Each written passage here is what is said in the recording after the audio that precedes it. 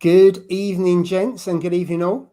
Got 27 people watching. Good evening to you. Welcome to a latest instalment of Friday Night Live. Yes. Good evening. Nice. Good evening. So, Friday.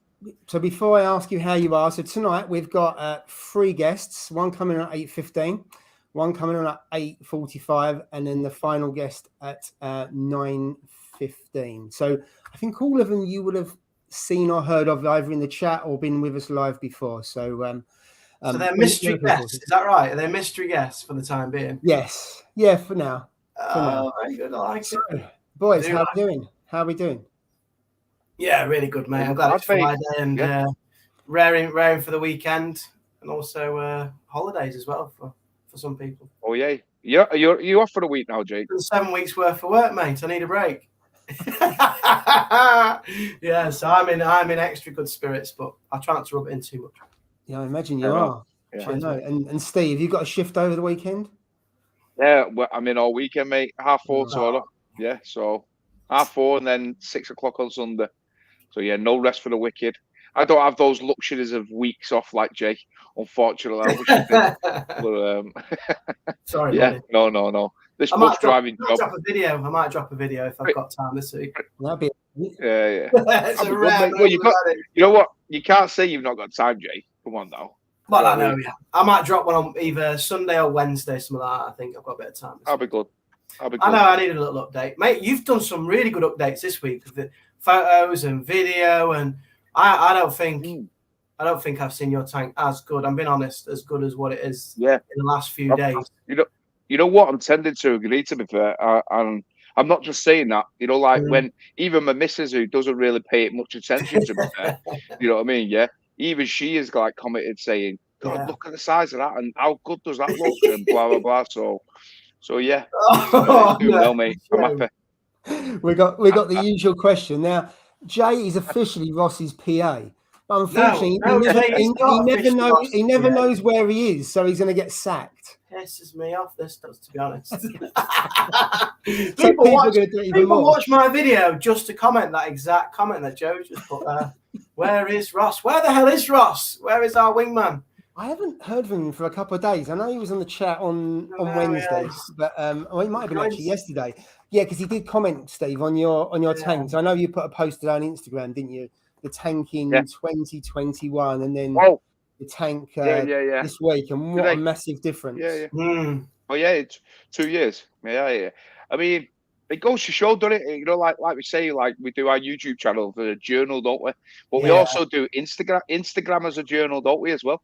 You know what I mean? All these social media platforms. It's like it is like a diary. Yeah, that can never be lost in theory because you can always go back on it. You know what I mean? And you look back at it. You know what I mean? And it's crazy. I was gobsmacked on just the growth and the development of it and how it's matured over time. Yeah. So and amazing in dirty water as well. I couldn't really believe that. There we go. Yeah, I know what you're saying there. It's like they're like a little reference point, aren't they? Like you can just look back because you don't like from day to day, even week to week, you don't notice the growth, do you? You just think there's nothing much happening here. But then if you go like 6 months, you actually do see a big difference, then, don't you? It's, absolutely. Like a digital log, isn't it? That's the thing, because you see it every day, you don't notice it at all, do you? And all of a sudden you think, well, that's grown because something's triggered that. But as you say, with photos and stuff like that and videos. Yeah, it's good to look back. With Steve's conditions now with the Gen 6 and the calc going on, it's the growth just seems to be accelerating now, doesn't it? I think everything is just starting to come together. It's like a jigsaw. I say it time and time again, isn't it? You know, where you might have a few of those pieces missing, and then once you get that jigsaw piece, you fit that in, and that's that section done, and so forth. And it's just like we've said it before in the past. It's not just one thing that changes certain things. It's a multiple of things. You know what I mean? What changes it? So I think, I'm very blessed that it seems to be coming together, mate. You know what I mean? So I could only keep my fingers crossed that it stays like that, mate. You know what I mean? But as we all know in this hobby, it can change on with every good day, there's always 2 bad days, mate. So that is exactly right. There's always a KH keeper or a Tunzi or an Apex to keep you busy. There's some bit of kit around the corner or some issue, isn't there? Always just lurking there. Just when you think you're getting in your stride and you kind of, not that anybody would ever say they've mastered it, but, you know, you're feeling confident. There's something that then knocks your confidence a little bit, isn't there? But, absolutely, mate. That's the addictive part. So yeah, there we go. Black Pearl Evening Reefers. Can someone give Jay a white hat? He can be the Yorkshire version of the young Colonel. You know what it is? I think it's because I put my Colonel Sanders. It's because I put my reef on white, I think, and then it's got blue in it. I don't know. Does me? I need better lighting. Anyway, that was better then. Yeah, you're not. No, it wasn't, Steve. The orange one. No, you was. No, see it. No, that one, mate. Well, you know, David now, Dickinson, no, not that one. My lights become your microphone. Jesus. Comment in the box below. Yeah, No, what you want to see? no, Do you want to see David Dickinson next week, or do you want to see Bart Simpson, or do you want to see Jay? Which one do you want? Right. And Jay's top is actually white, even though it looks yellow. What's white? Your top. I know. It is. Is it a white top or is it yellow? Yeah, it's a white top. It's like bright white. Is it? Okay. I don't really know what to do about this, to be honest. I might need some more lighting. I don't know, but let's not turn it into like a, you know. No. Yeah. Let's not pick on Jay tonight on a Friday night. I tell you what, I'm going to go to the top and say hello to a few people to let you off the let's hook, do Jay. that. Yeah. Is that right? Good idea. And if anyone puts any insulting comments towards you, Jay, I will ignore them because it'd be rude to show them. But then, is it rude to ignore people with comments? I don't believe you. Right, okay, let's go from the top. So, Techers, good evening to you. Tony, welcome as always, and thank you for watching a few of my videos and commenting this week. So, thank you very much. Yes. Haley of the F is in, so good evening to you. AB. Johnny Boy is in, and Johnny Boy. I saw this comment around his grandson threw in a tub of flake. I shouldn't be laughing, but fortunately, he got the jump guard, so it stopped most of it. Otherwise, you're in a whole tank of flake and a few water changes. Wow. I think you would have had to do a water change then, wouldn't you, Steve? I think I would have, mate. Yeah, definitely so. Oh, bless. Evening Dripper. Yeah, evening Dripper. Come on. Great follower. UKM of the 120. Absolutely. Good evening to you. Nice one, mate. MK Reefer, good evening. And then good evening, Phil. Thank you for last week. I know the person who got the stuff got it through the post, and I think they posted on Instagram, didn't they? So thank you for doing that. Yes. Quicker than Amazon that delivery was. Jesus. I know. Really good. Yeah, really good. Quicker than Amazon, absolutely, mate. Hi, Stuart. Miss Chris. Hi, Chris. Got a beer in hand and a dirty kebab. What more could you want? That's how to spend Friday night, that is. Absolutely. Hi, Howard. Good evening to you. Hi, Howard. John's Reef UK. Hi, Joanne. Again. I'm not saying hello to Joe after that comment. You're blanking away. The Reef Porties here. Hi, Scott. How you doing? Hope you're well. Hey, hope your tank's good. Evening, Scott. Russell Brooks. Good evening to you. NG of the Reefer. Yeah, that was our winner, wasn't it? NG Reefer, or was it MB Reefer? NG or NB? I can't remember. NG. Who's the winner? Yeah, that was NG Reefer. Was the winner, wasn't it? Yeah. Yeah, I thought it was. Hi, Mickey boy. Hope you're well. Hi, Stefan. Stefan, have you got any more Goniopora? Because every week I seem to see a new Goniopora on your Instagram or anything else. He's definitely he loves Goniopora. He's got some beautiful pieces. He's got a really nice collection coming on. Yeah. So the zoo is in the house. So I was speaking to him earlier on Instagram, and he's setting up a Red Sea Reefer 425, and he'd like to know recommendations for fish. So it's the same size as yours, Steve, other than it's a little bit bigger front to back, isn't it? I think the 425 is 4 foot, but it's got a bit more front I think it's to back. Deeper in it. Yeah, deeper as well. So I'm sure it's slightly deeper. So maybe it's deeper. That's definitely more front to back, but maybe it's So anyone will come to the comments in a minute and see what's your recommendation for a 425. So it's a 4 foot, 2 foot front to back, and I'm not too sure how deep it is. Hi, Nick. Good to see Nick in the house. Right, Black Pearl Reef. Good evening to you. I know we've already had a comment on from you. We've seen that one, mate. Get that one off. Hi, Bob. Evening, Bob. Mark James, first James. live. Well, I hope we Hey. don't disappoint. Yes. Good evening to you. Hope you have a lovely evening. Yeah. Yeah, Jay's whiskey habit Cheers. needs to be checked. Cheers, Scott. Appreciate that, mate. PJ Anyway, I'm not the Goblin. one for whiskey. Ross is the whiskey man, isn't he? He is. Yeah, maybe he's loves passed his the bottle to you. I don't know. Yeah. That's the not. bottle to you. So, PJ Goblin, I forgot to ask last week. Dare I ask, how is the SPS frag that you fragged after Steve's advice? Hold on a minute. Don't put me in it.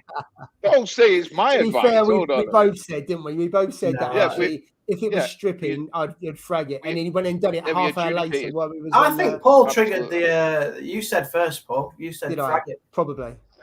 You can blame me. Just throw you under the bus. Yeah, you usually do. Yeah, There'll be some other questions. There'll be the usual questions later on. Hiya, backshift reefer. Hiya, mate. Jonathan. His new tank looks lovely, actually, Jonathan's coming on really well. Yeah. Yes. Yeah, it does. Doesn't it? And then we've pretty much 4x2x2. We've caught up there. 4x2. My favourite fish in that, Coral Beauty, that would be my pick for that tank. Yeah. My favourite fish that one day. No.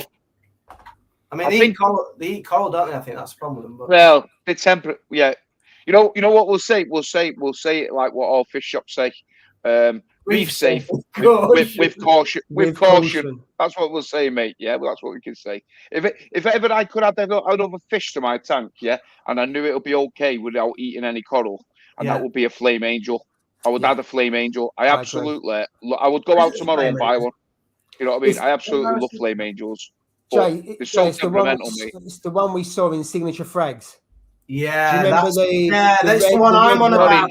The red one, the with orange black one. lines. Wrong names. Yeah, red or orange and black. Beautiful, mate. They're absolutely incredible. Oh, absolutely stunning fish. I would love one of them, but I just don't. I couldn't tempt it with my LPS and all that, mate. And I don't think I could risk that and the scullies and all that. No, I just couldn't risk it, mate. So maybe we should have a banner saying "reefing advice with caution." Like, just whenever we say something, we can always say, you know what, it's always with caution,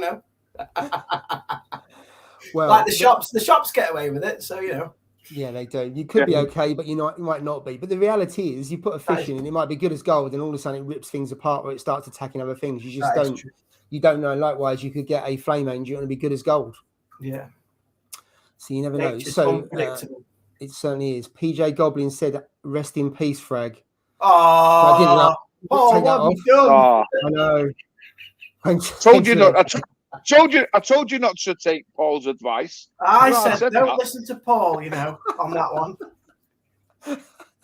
Reefing advice with caution. There you go. Reefing advice with caution. Was it typical YouTuber? Don't know their ass from their elbow. That is true. Don't listen to YouTube for any advice. That is probably true. Because every YouTuber says something different. Yeah. We're in it for the money. Really. Yeah. You spend about 10 quid since I've hundreds and hundreds a month on your tank per month, just in electricity, and you make 10 bob. I know. Well, sorry to hear that. To be fair, that's quite sad. It is. Right. So, Steve, did the RP fix work? I don't know. You have to explain. Yeah. No. Well, Scott came to the house, had a look at the tank, and he got some frags off me. And he was looking at the rainbow at the back, the coral at the back, yeah. And he said, "Oh, I'll have to have a piece of that." He was the one who gave me that same piece, yeah, when he had his SPS tank up, and he had a stunning tank, absolutely incredible tank, and he gave me literally like an half-inch frag of that same one. So mine's grown out. So I said, "Well, I'll tell you what, I'll snap a bit off." So what did I do? Snapped it, and guess what happened? The whole thing fell off. The whole thing snapped off and fell to the floor. So what we had to do, a bit of panic stations, got a bit of the coral glue out, and we stuck it. And Scott's like the master of like sticking SPS. I just grab it in my hand and stick it in, and wedge it in and all that.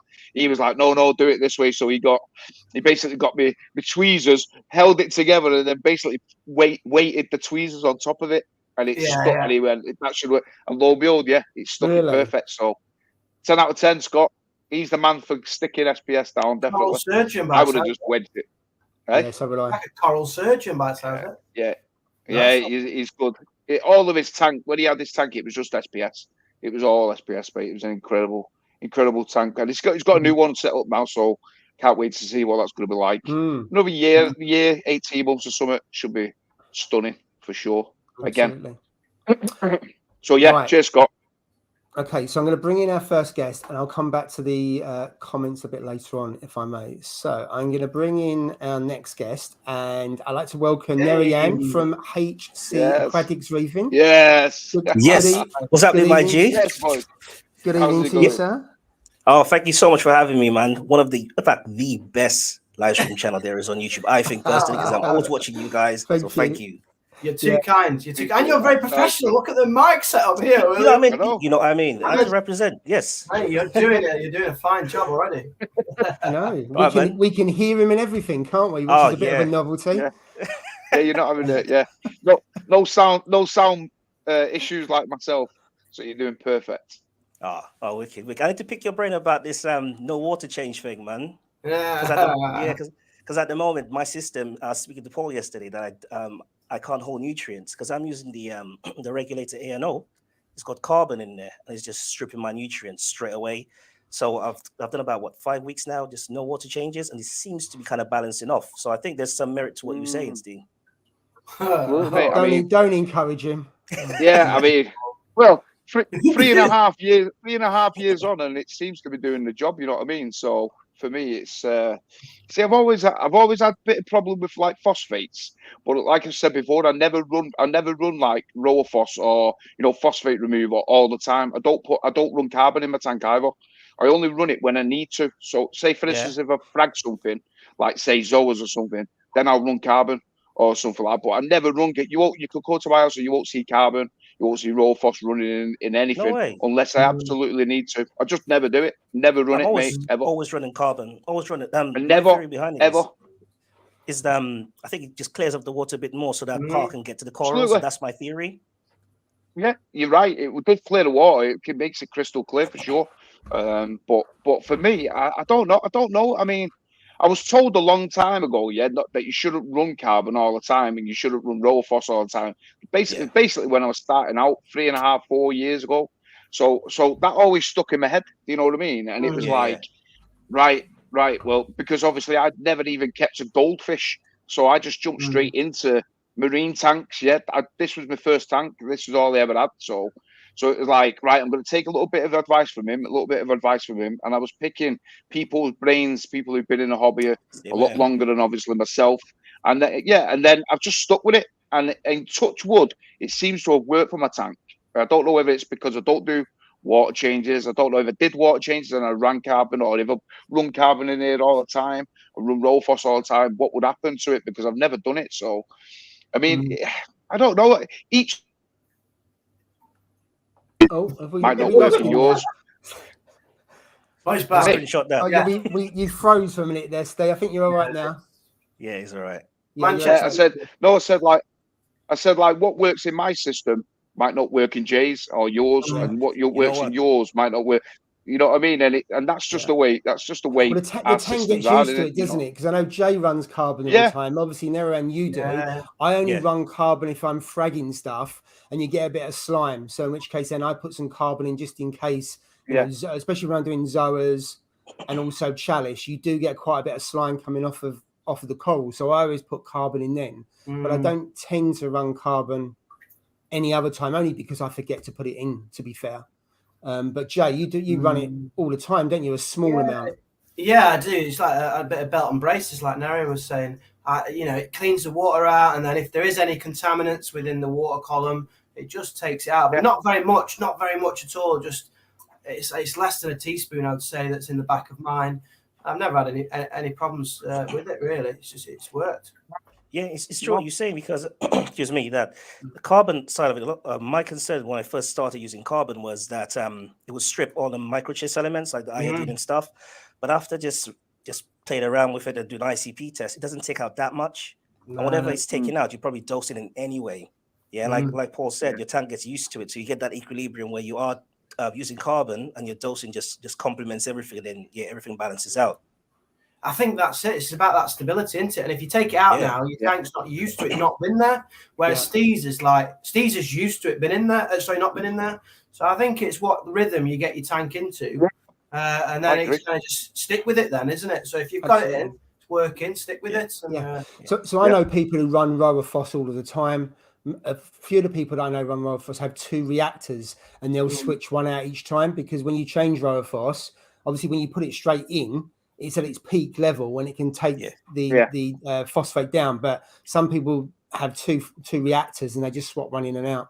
So therefore you're not putting some much fresh in, and you're using up the one that you've got, which kind of makes sense. So some people, I suppose, again, the tank will get used to that cycle of what's going on. It's and that just goes with, in a way, that just goes with like water changes, isn't it? My tank's used to not having a water change. If I did a 50% water change in that tank or something, I don't know what would happen. I don't know whether it would shock the tank or what. I don't know what would. I seriously don't know what would happen. Do you know what I mean? It would be a bit of a shock, yeah, it'd be a major shock, because it's like, what the hell? This has never happened. You know what I mean? So it's like, I just stick to like I said, I just stick to what I know and what I've gained, from like I said, just taking little snippets from people and bits of advice, and I've just gone with it, and touch wood, it seems to have worked. You know what I mean? So I don't plan on changing it, not yet anyway.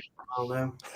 This is why I think, if you're doing no water changes and you stick on top of your nutrients, and your tank's looking good, you dose whatever you have to dose, that stability just sticks in. I think what's kind of making me scared is that sodium, because I've read like horror stories about sodium levels going way up, and everything like all the micro trace elements are quite low, and then the corals have reactions to it. So that's my concern. But if you're monitoring an ICP and that, you're good.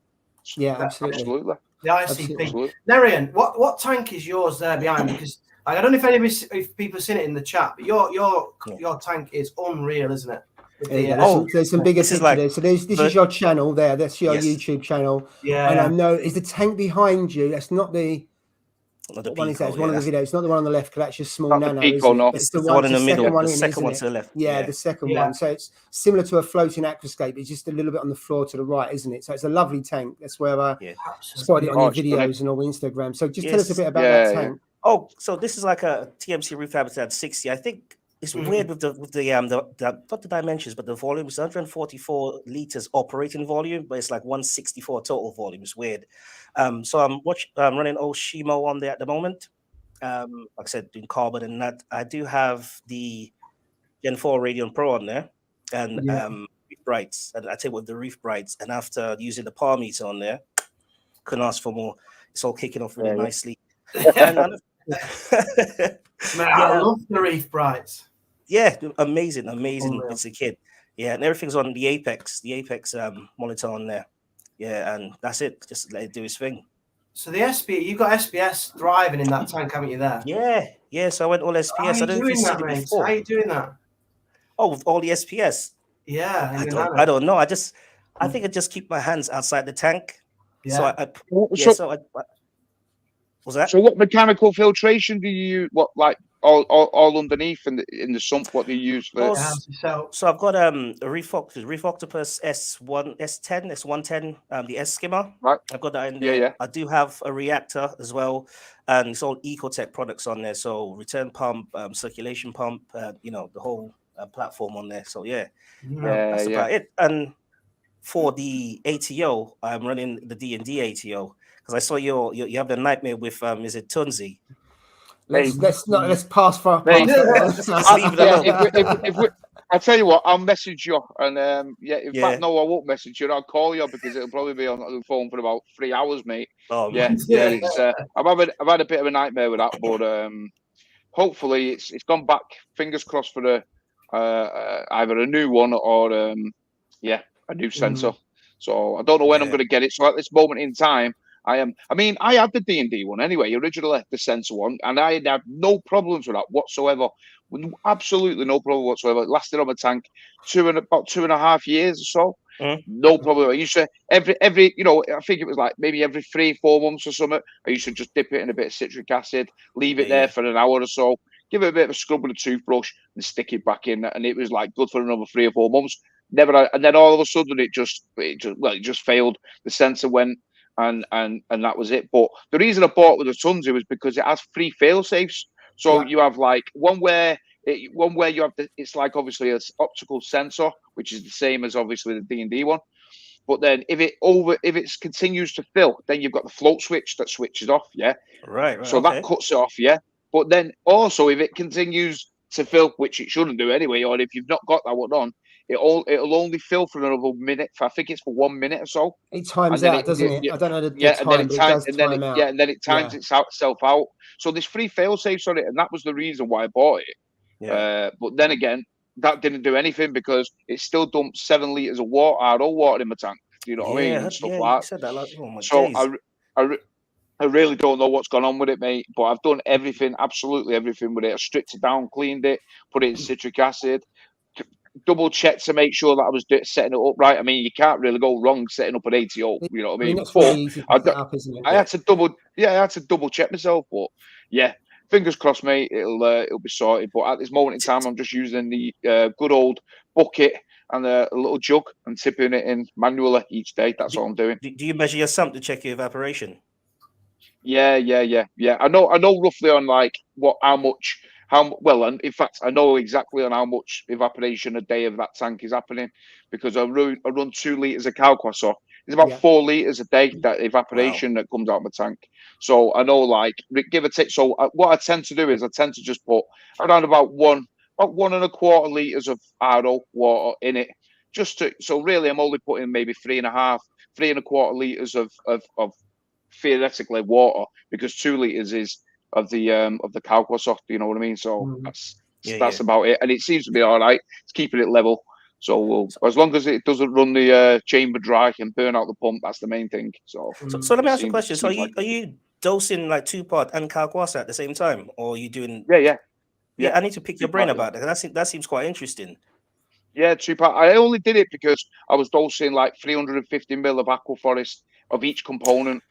Don't even get me started with Aquaforest, man. That little tank in the previous version, 200 mil a day I went up to. That's why I went to ATI. That's then 350 mil I was dosing, mate, of each one. But with the Calquasser now, I've reduced my calcium and my alkalinity. They're down to about 190 now.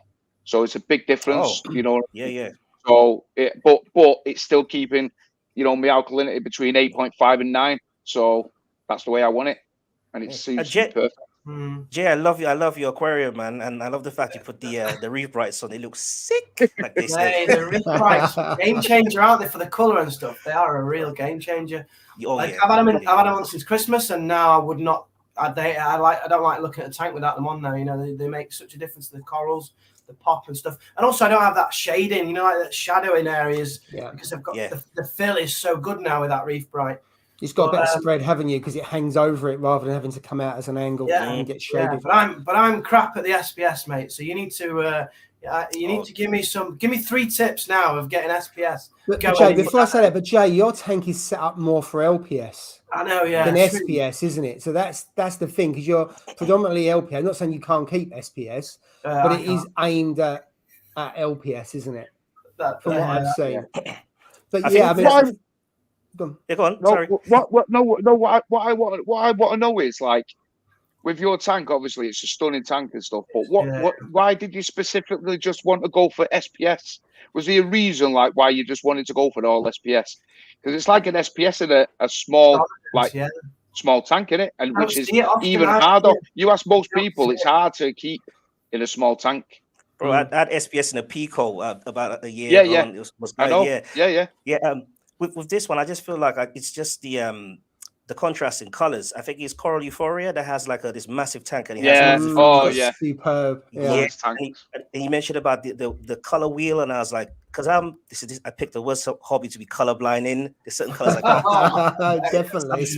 I have to speak to my wife and my friend Darren just to pick colors out for me. But once I could see the offset, and that's why I went for it. But with SPS, I think when you introducing them, chase alkalinity first. This is what I think. Chase alkalinity, stabilize that, and in the background test your calcium, and then bring that up to match your alkalinity. Because everything I dose is always in equal parts. So some reason I'm able to do that very well.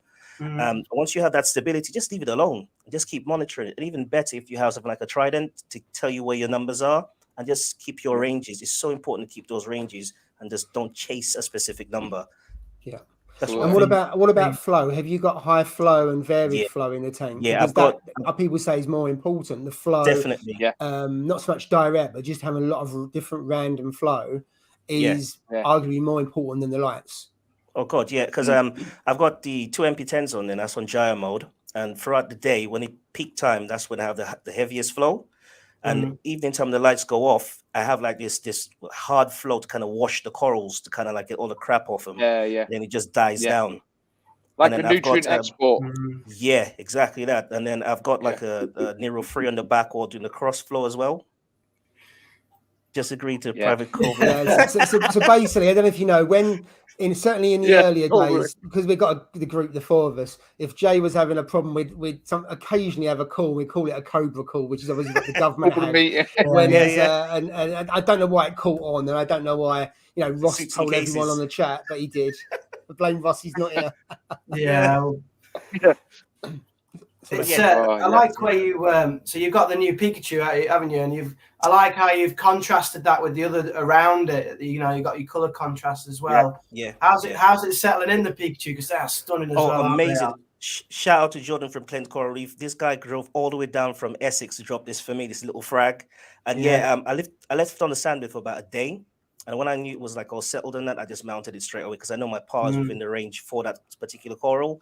And I don't know if you guys do this for your SPS, where you leave it out for about 5 minutes, let it slime up, and then introduce it. Yeah. So that's how I kind of like introduce SPS that like are settled enough for bigger colonies. For frags, I'll let them sit in the tank for maybe an hour, acclimating, and then kind of take them out the bag. So when I flag my SPS, and I take the SPS out, some of the SPS out, and I'm doing it on the table in the kitchen and stuff.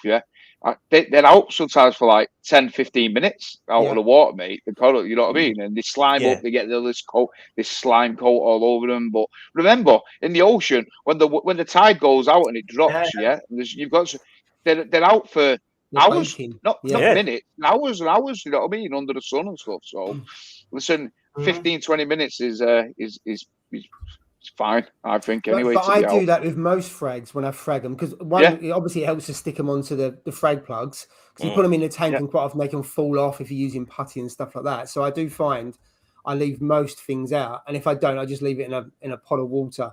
But you do it helps with the slime, doesn't it? Especially on SPS. Absolutely. Yeah. Where are you getting your SPS from then? Where are they different places, or because I've got a connection. Like he just knocks on.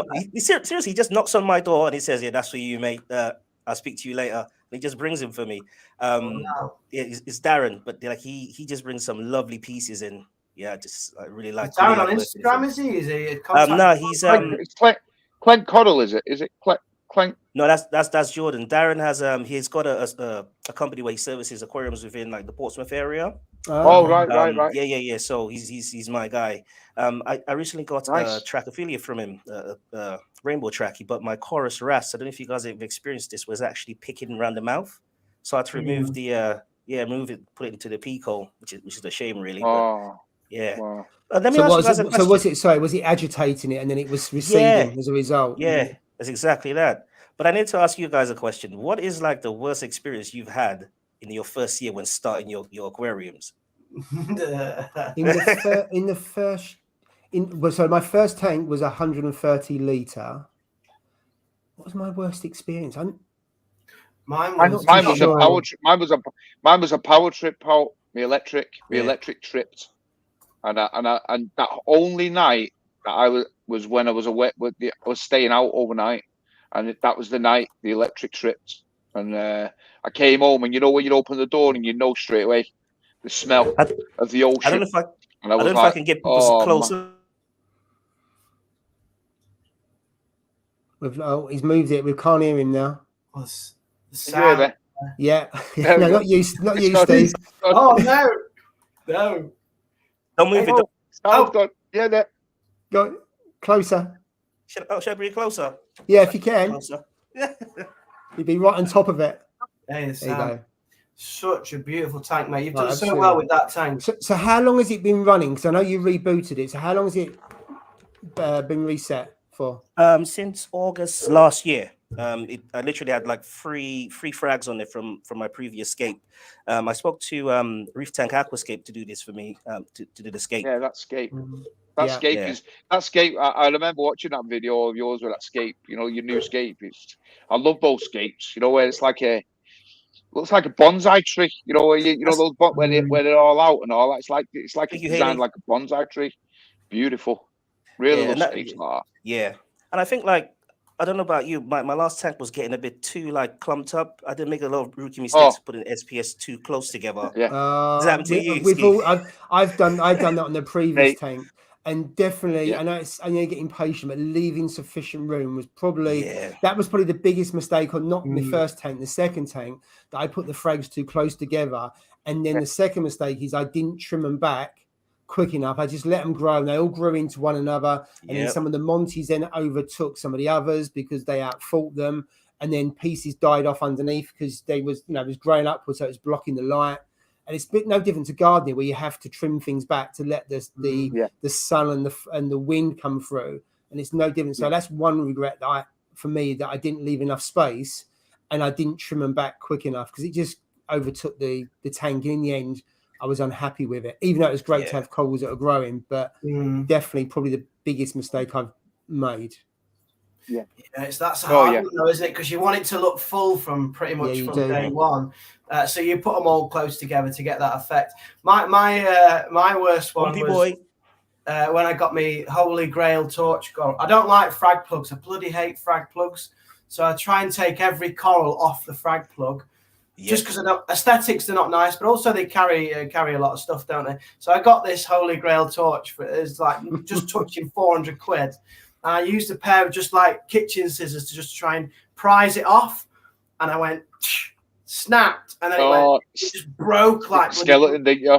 Like confetti, and all the skeleton snapped in half, and then it just absolute disaster. Then there was a Cobra meeting. Cobra meeting was called, mate. To save it. There was, but do you know what? So the guy I got it from is like, first of all, he's like, "What the hell you done, Jay, here with this?" I was like, "Mate, I was carefully trying to get off the frag plug. It just snapped." He said, "Carefully glue it, like just glue the brown bit of skeleton." So I had to like piece it together, glue it, left the white skeleton and the flesh, and mate, it actually came back. It recovered, but mate, that was ridiculous. So now I'm just super nervous at taking the corals off. SPS probably not as bad, I guess, because it's a bit more kind of clean breaks, but some of the LPS it's hard work. I'm just looking around because I put my first NEM in the tank today, and it was over there, and it's now moving across. I have taken some corals out, and I now need to take some more out. Why are you going to depress yourself now by adding the NEM into it? In the end, I'm going all NEM. So I've taken some out, so the whole tank will eventually be anemones. And someone popped around earlier on and gave me a couple of NEMs, and it's moved halfway across. So I now need to move an ACAN before I go to bed.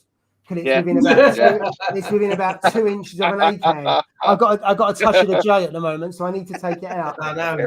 It's moved a lot quicker than I thought it would. You can't focus on the live stream because you've got a NEM in the tank. I can see it there. It's the bit right in the middle. You can't settle. It's there. Yeah, I can see it. Yeah. So you can see it moving across. So the ACAN's there.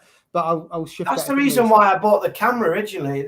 Mate, they're just stressed. Don't get a NEM. They're just. It's too late. I've got 3, but all the other corals are going to come out. So I'm selling the other corals, and I'm going all NEM. So it's 6 months, and I said I'd wait 6 months and then do a NEM tank. So that's what I've done.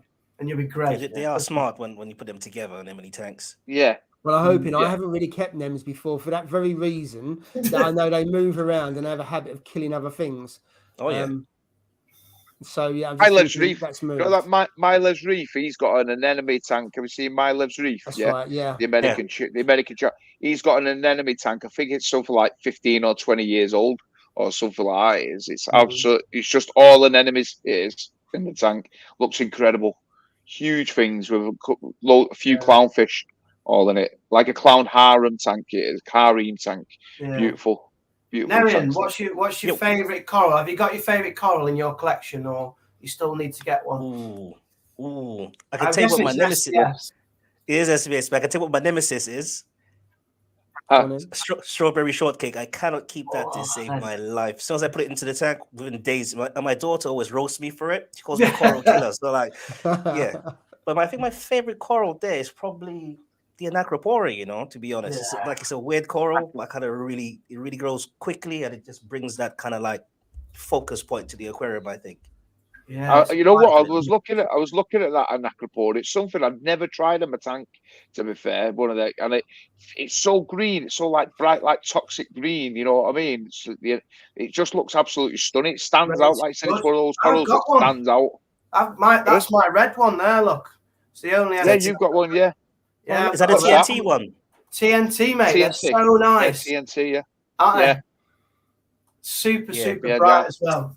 So I think in that Cobra meeting we'll talk about getting a frag of that, Jay. Yeah, you can have a frag. You'll keep it alive in that tank. It's stunning, your tank, mate. Love it. So I think and the fact that you've achieved that in a nano tank as well is pretty impressive. That is good. It looks really good as well.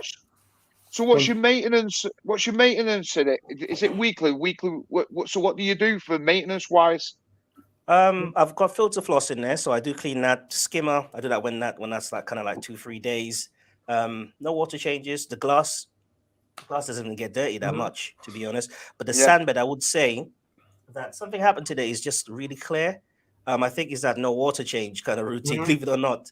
But before I should just use a turkey base to kind of puff up everything, and I do just change. Yeah, just keep it clean. Yeah, I do that. When you feed into the coral. Do I feed the corals? Yeah. I do phytoplankton. I do those phyto. I do mysis as well, and then I dose reefroids 3 times a week. I'll do some reefroids, just broadcast feeding. Three times, because they can sometimes take the nutrients up. But I suppose if you've got a lot of SPS, that could be using up that nitrate, obviously, and the reefroids, and therefore it's not left over, is it? Tell you what, mate, get on that seriously. Get on that coral essentials, coral power food, mate. I used to dose reefroids, and obviously there's no going about it. It does raise phosphates in it. It used to raise phosphates in my tank when I was doing it quite, twice a week and stuff like that. And since I've been using this stuff, I've tested the phosphates twice a week just to see if there's any, and it's not even gone up at all, none whatsoever. So I don't know. Obviously, there's nothing added to it. I'm assuming, like it says on the pack, because and I tell you what, the corals, the scullies, mate, they absolutely love it. We had the full sales pitch last week, didn't we? We had the marketing, didn't we? He was on it. Yeah, mate, I'd tell you. Listen, if it doesn't work, you know me, guys. I'd tell you as it is. Send me the link, Steve. I will do, mate. I'll tell you. I'll tell you as it is. If it's crap, something doesn't work, I'm saying it. I don't beat about the bush, because I wouldn't put anything I wouldn't advise to put anything if I don't put it in my tank. What's the crappiest product you've ever come across? What? What's the crappiest product you ever come across in reefing? It's a current product. There you go. Well, you were saying, I'll tell you if it's crap. So I just wondered what you've used that's crap. I haven't used anything. Well, let me think. I'll think on that. Right, you think on that. We'll come back to in a minute. So I've got a minute before we have to switch over guests. I've got last question here, Marianne. What is your current parameters in your tank? Okay, so I keep my alkalinity around 8.8 to 8.4. That's what I try to maintain. Calcium, I go from around maybe 420 maximum to about maybe 450, around that area. And magnesium, believe it or not, it's about 1400 to about 1475. I keep it within that range. My magnesium is quite stable. Temperature, 25.6 to about 26.2. All depends on the time of year. And I can talk about the microtrace elements, but that's just boring. But that's what I usually do. Oh, and I do run my lights from 7:30 in the morning to 7:30 at night. Okay, so it's quite a long 12 hours period. Yeah, I've got mine, Steve, here. Controversial, red CAB plus. Looks good, has a nice effect. Don't think it does anything for the coral. Nah. Overrated. Is it? Right. Do you agree with me, mate? You agree? Yeah, I agree with you.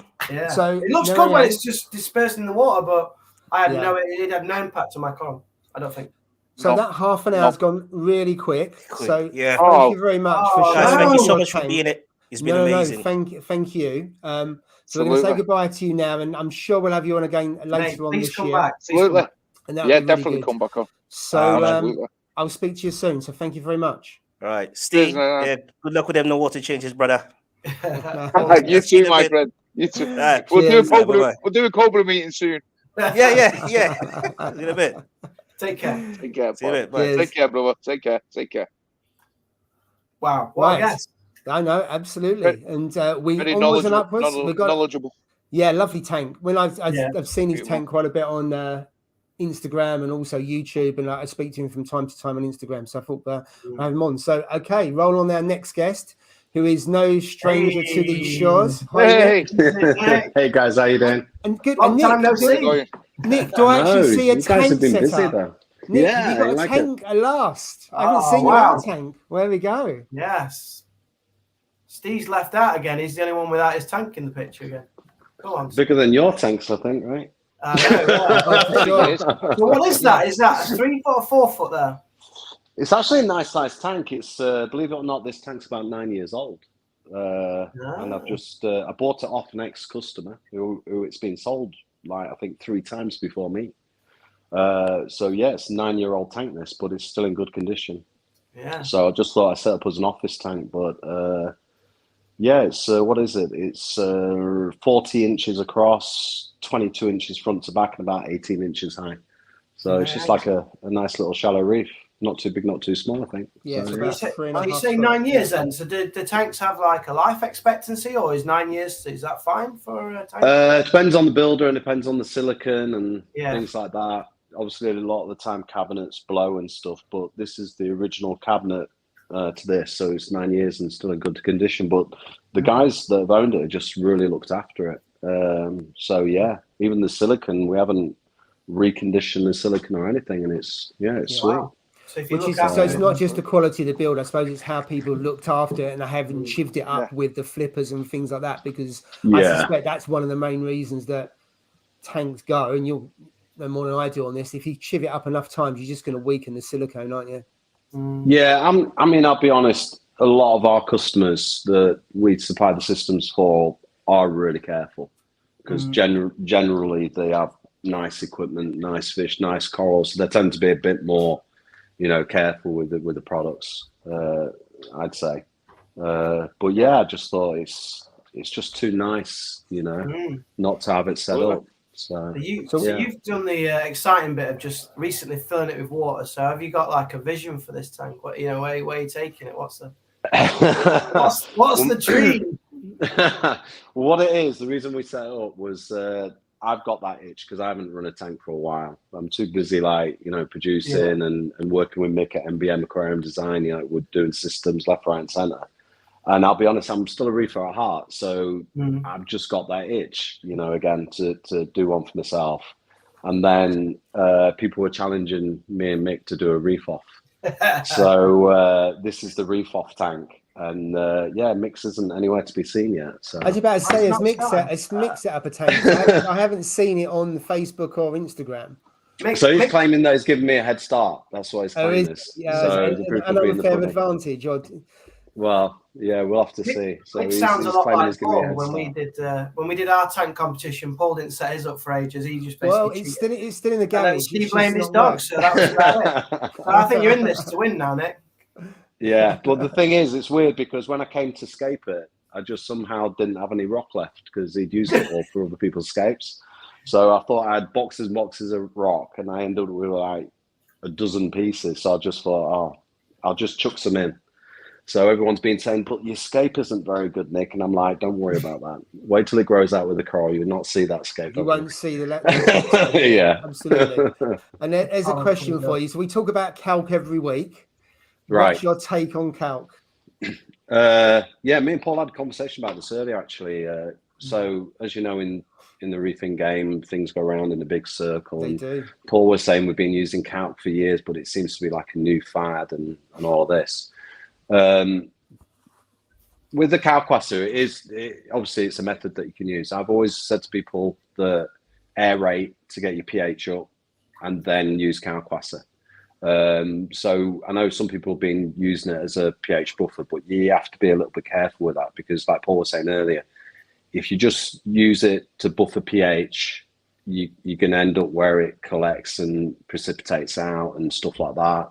You've got to be careful that it will reduce your phosphate. So if you strip your phosphate out of it, you're in a world of pain.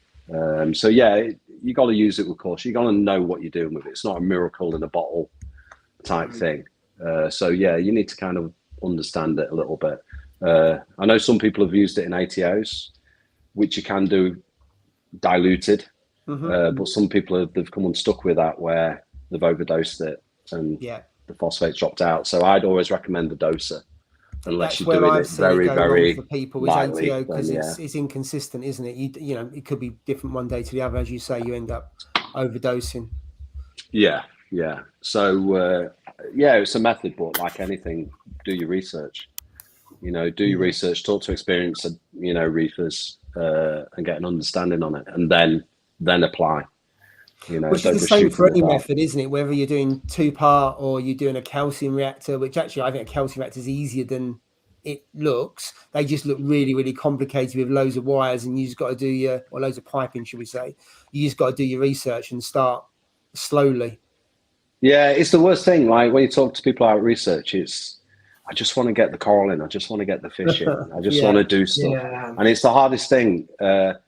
I actually enjoy the researching now, so I'm still learning, and I like it because of social media, because of the YouTube channels and stuff. So it's enjoyable. In the old days, it was books and reading white papers and stuff, and research papers and stuff, where now you can get Jolly Reefer on the YouTube video, and it's entertaining to watch and listen to. So I've been watching a few of the BRS-TV videos recently about the biome and all that kind of stuff, and I found that really interesting. Yeah. I think it's interesting, BRS, because I've been following it since I started, which is only about 9 years ago. But if you think about the last 2 or 3 years, they've gone more and more into research. So I think the trigger point for them was the 52 weeks of reefing. I thought that's probably their best series they've ever done. I thought it was absolutely brilliant what they did and the patience. But more and more of the experiments they've done about lights, and then they had the one around setting up loads of different tanks for 12 weeks and the impact of pods and other stuff like that. But also how they've switched a little bit, because they used to talk about nitrates keeping them really, really low. And of course, now people are keeping dirtier tanks. And then other things as well that are done, like having the aquascape that was minimal. And then they're talking about, well, actually, you need to have the hiding places for fish, because that's the healthy place and everything else. So it's interesting how they switch and turn as things develop over the years. Yeah, I think like with Steve, what Steve's doing, and I really enjoyed Steve's video that he eventually made about making his own food. And I remember when I was speaking to Steve before, when we talk about phosphates and nitrates, you have to kind of look where it's come from. If it's come from decomposition and really something that's not very nutritious, it's just phosphate and nitrate. But as an indicator, if you're nutritionalizing correctly and then you've got nitrate and phosphate, your corals are getting an upfront benefit. So even the level in itself, you've still got to take it under context. So that's why you get some reefers going, well, I've got high nitrate phosphate, but my corals are still booming. Why is that? Because the upfront benefit, outweighs the levels of the nitrate phosphate, if you like. Whereas if you've got the same level of nitrate phosphate, but it's all from decomposition and fish waste and stuff with no nutritional benefit, then your corals aren't going to look that great, because you've got the same nitrate level, phosphate level, but with no of the upfront benefit. So it's the source of that nitrate phosphate, for me, which is important. So that's when I did a few guesting on Dev's channel, Reef Dudes, and I always spoke about the pinnacle point for me changing one of the ways that I reef was in the aquascaping. So we used to put lots and lots of rock in the aquascape to act as bacterial filter. So the idea was that the more rock you add, the more bacteria you add, and so on. But then when I moved away from that and I did the more negative scaping, I found that we had less entrapment. And then we put the bacteria media in the sump. So we still had the bacterial filtration, but not in the tank. And I found that when we got less entrapment, it meant that more of the food was in the water column that went to the fish and the coral. Yeah. And it didn't. Your tank wasn't a toilet in essence. Well, you have less dead spots, don't you? So exactly. I think about the tank before that. I had a wall of rock, and I knew because I had a wall of rock, and I wasn't experienced. Behind that, there was tons and tons of probably just piling up of fish poo. And when I took the tank down, it exactly was that. But I was just really lucky for the time I had it set up. I'd never really had that problem where it tips over the edge and it can cause all kinds of problems, and it can actually crash a tank if you don't keep on top of it. And probably because I kept on top of it with water change and everything else, it didn't tip too high. But you're right in terms of that. With the less rock, you can and keep the flow going. And I must admit, I'd like to one day keep a tank where there's no sand, because then you can put power heads right at the bottom, and you see them. We've got people with SPS, don't they? No sand, and absolutely blitz the sand bed, or no, there's no sand bed, but the bottom, and then it keeps it really clean. To your point, you still got the nutrients in there. It's flowing around, but it's not decomposing, is it? Yeah, it's a weird one for me, because I actually think no sand bed systems are harder than sand bed systems. So people kind of go, well, if you're trapping stuff in the sand bed, why don't we get rid of the sand bed and we haven't got that issue? But the sand bed for me is part of the system. It's a surface area that helps, the job that it's doing. Absolutely. Yeah. So you have to get that balance right. Yeah, I was speaking to Paul at AAC because one of his tanks was no sand in it, and it took him ages to get it to balance out because he had no sand. Therefore, there was less surface area to build up the bacteria on that. So it's swings and roundabouts. If you know it's going to take longer, you just have to be more patient, I suppose, don't you? Yeah, that's it. And the thing is people sometimes look for an easy fix. Yeah. So they go, well, if I can't control my nutrients, let's get rid of the sand bed, then I'm not holding it. But like I say, everything plays its part. So you've got to readdress the job that the sand bed was doing for you. Because if you don't, then you get an imbalance. So you have to consider not shortcutting, but what you're actually doing, so that your system's under control still, and you're not kind of going, well, I'll just remove this and I'll just do this and I'll just do that. You've got to think of the consequences to what you're doing as well. Yeah. You know, that's the thing. Yeah. It's a domino effect. We've talked about this quite a bit. If you're going to change one at a time, do it slowly, because then you can see the impact of it has. But if you do 2 or 3 things, you really won't know what's causing a good or a bad thing. And the more you change, the more you have a domino effect. And that's what tends to happen. It's a bit like when we say about if one of us had a problem with SPS or something like that. If one coral dies, just leave it. Don't start messing the tank, because then you start trying to correct something that doesn't need correcting, and then the rest of your stuff flips, and then you have got problems. And some corals aren't affected by the same thing as other corals, which is why it's always a good idea to have indicator corals, which are different corals that are affected by different things. So things like some tenuis are affected by, your dissolved metal content, where other stuff will be quite happy with that. So, certain corals will be sensitive to certain things. So if you have those corals in, you can see from the coral the way it's behaving, what's actually happening in the system. And then if something's kind of not going very well, and that's when you do an ICP, or you're looking to causes and consequences of it. I enjoyed Steve's video on the skimmer. And I said to Steve afterwards, like, look how gunky my skimmer is. And I've got customers that aren't running skimmers at all. And I'm like saying to Steve, like, your next challenge is run your system without a skimmer and get it balanced, and not even using a skimmer. That was lazy. That was lazy, mate. That was late. That was lazy by me. Oh, that will never happen again. That for sure.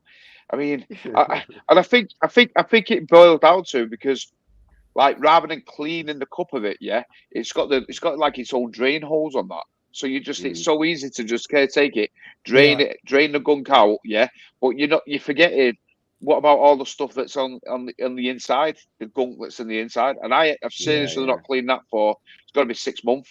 You know what I mean? So, and yet it's just like, I'll never forgive myself for that. It was shocking. It won't be happening again. So now I'm going to keep taking it out. You know what I mean? It's to keep cleaning it. But it just goes to show how much, that it's working, and how much stuff is in your tank. You know what I mean? I know the It's crap it crazy the pulls amount of out. stuff. You think, oh my God, if I mate, didn't have that skimmer, that is it. that would be Exactly. floating around in there. Because you It's see in the that debates tank. about, do I run a skimmer? Do I not run a skimmer? And I've got to say, on the bigger tanks, I've always done that. I mean, I don't really run this skimmer too much, but I've only got 4 fish. But when I do run it, I run it overnight. You still see it pulls out some crud. So it still pulls stuff out, even in something that's only got 3 or 4 fish in. But the thing is, the question is, though, it's what do you think it's pulling out? So when you see it as crud and it smells horrible and it looks funky and you're like, that's in my system. But I would say to people, it's like horse manure and roses. You know, good stuff doesn't always look nice or smell nice. And on my systems, I don't run skimmers. So I'll run a skimmer after 3 months for about 3 months to help balance the system during that build-up phase. And then after that, the skimmer comes off. And that's it. And then I don't run a skimmer. So you'd be surprised that the interpretation sometimes is, well, it smells horrible. It looks all funky. Imagine all that crap that's being left in the tank. Imagine what that's doing. Actually, what you find if you analyze it under a microscope, most of the stuff in there is actually really useful. And you're taking it out, but it looks horrible and it smells horrible. So you think it's bad, but it's actually not. It's probably a mix. It's a bit like anything, whether it be that or be a UV or whatever. You're taking out bad and you take out good as well. So I get what you're saying, that whatever you take out, there'll be a balance to that. It won't be all good or won't all be bad. It's just a case of what method you decide to take. But if I see the question, Paul, what's bad in it? Well, are you moving? Well, I suppose the principle is, are you moving excess phosphates and nitrates, depending on what level you want to keep at? So I get what you're saying about running it high, and I think more and more people are running tanks at a higher level. But does it help keep it in check? I mean, one of my tanks is running at 40, and I run a skimmer, and the corals are looking really good, so I'm happy with that. If I turned it off, would it look better? Potentially, would I have to do more maintenance? Maybe it's just the way I've set it up, and I'm good with that, and the corals look happy. And if the corals look happy, I'm pretty good with that. But could I run it without a skimmer? Absolutely. You can run things in lots of different ways, just like you can run it. I know you do a lot of filter floss. You don't use filter socks, do you? And I think you said we talked before about Clarices and things like that. And loads of people would swear by Clarice, and other people don't. But I get what you're saying, that it would have both good, bad, and indifferent. Yeah, I think like what Steve's experimenting now with the nutrition. He's able to control his phosphate nitrate through the nutrition, and the way he's making his own food is controlling that. So what you find is, when people need to use a skimmer, it's like you say, it's because they're putting it in. But if you don't put it in, where's it coming from?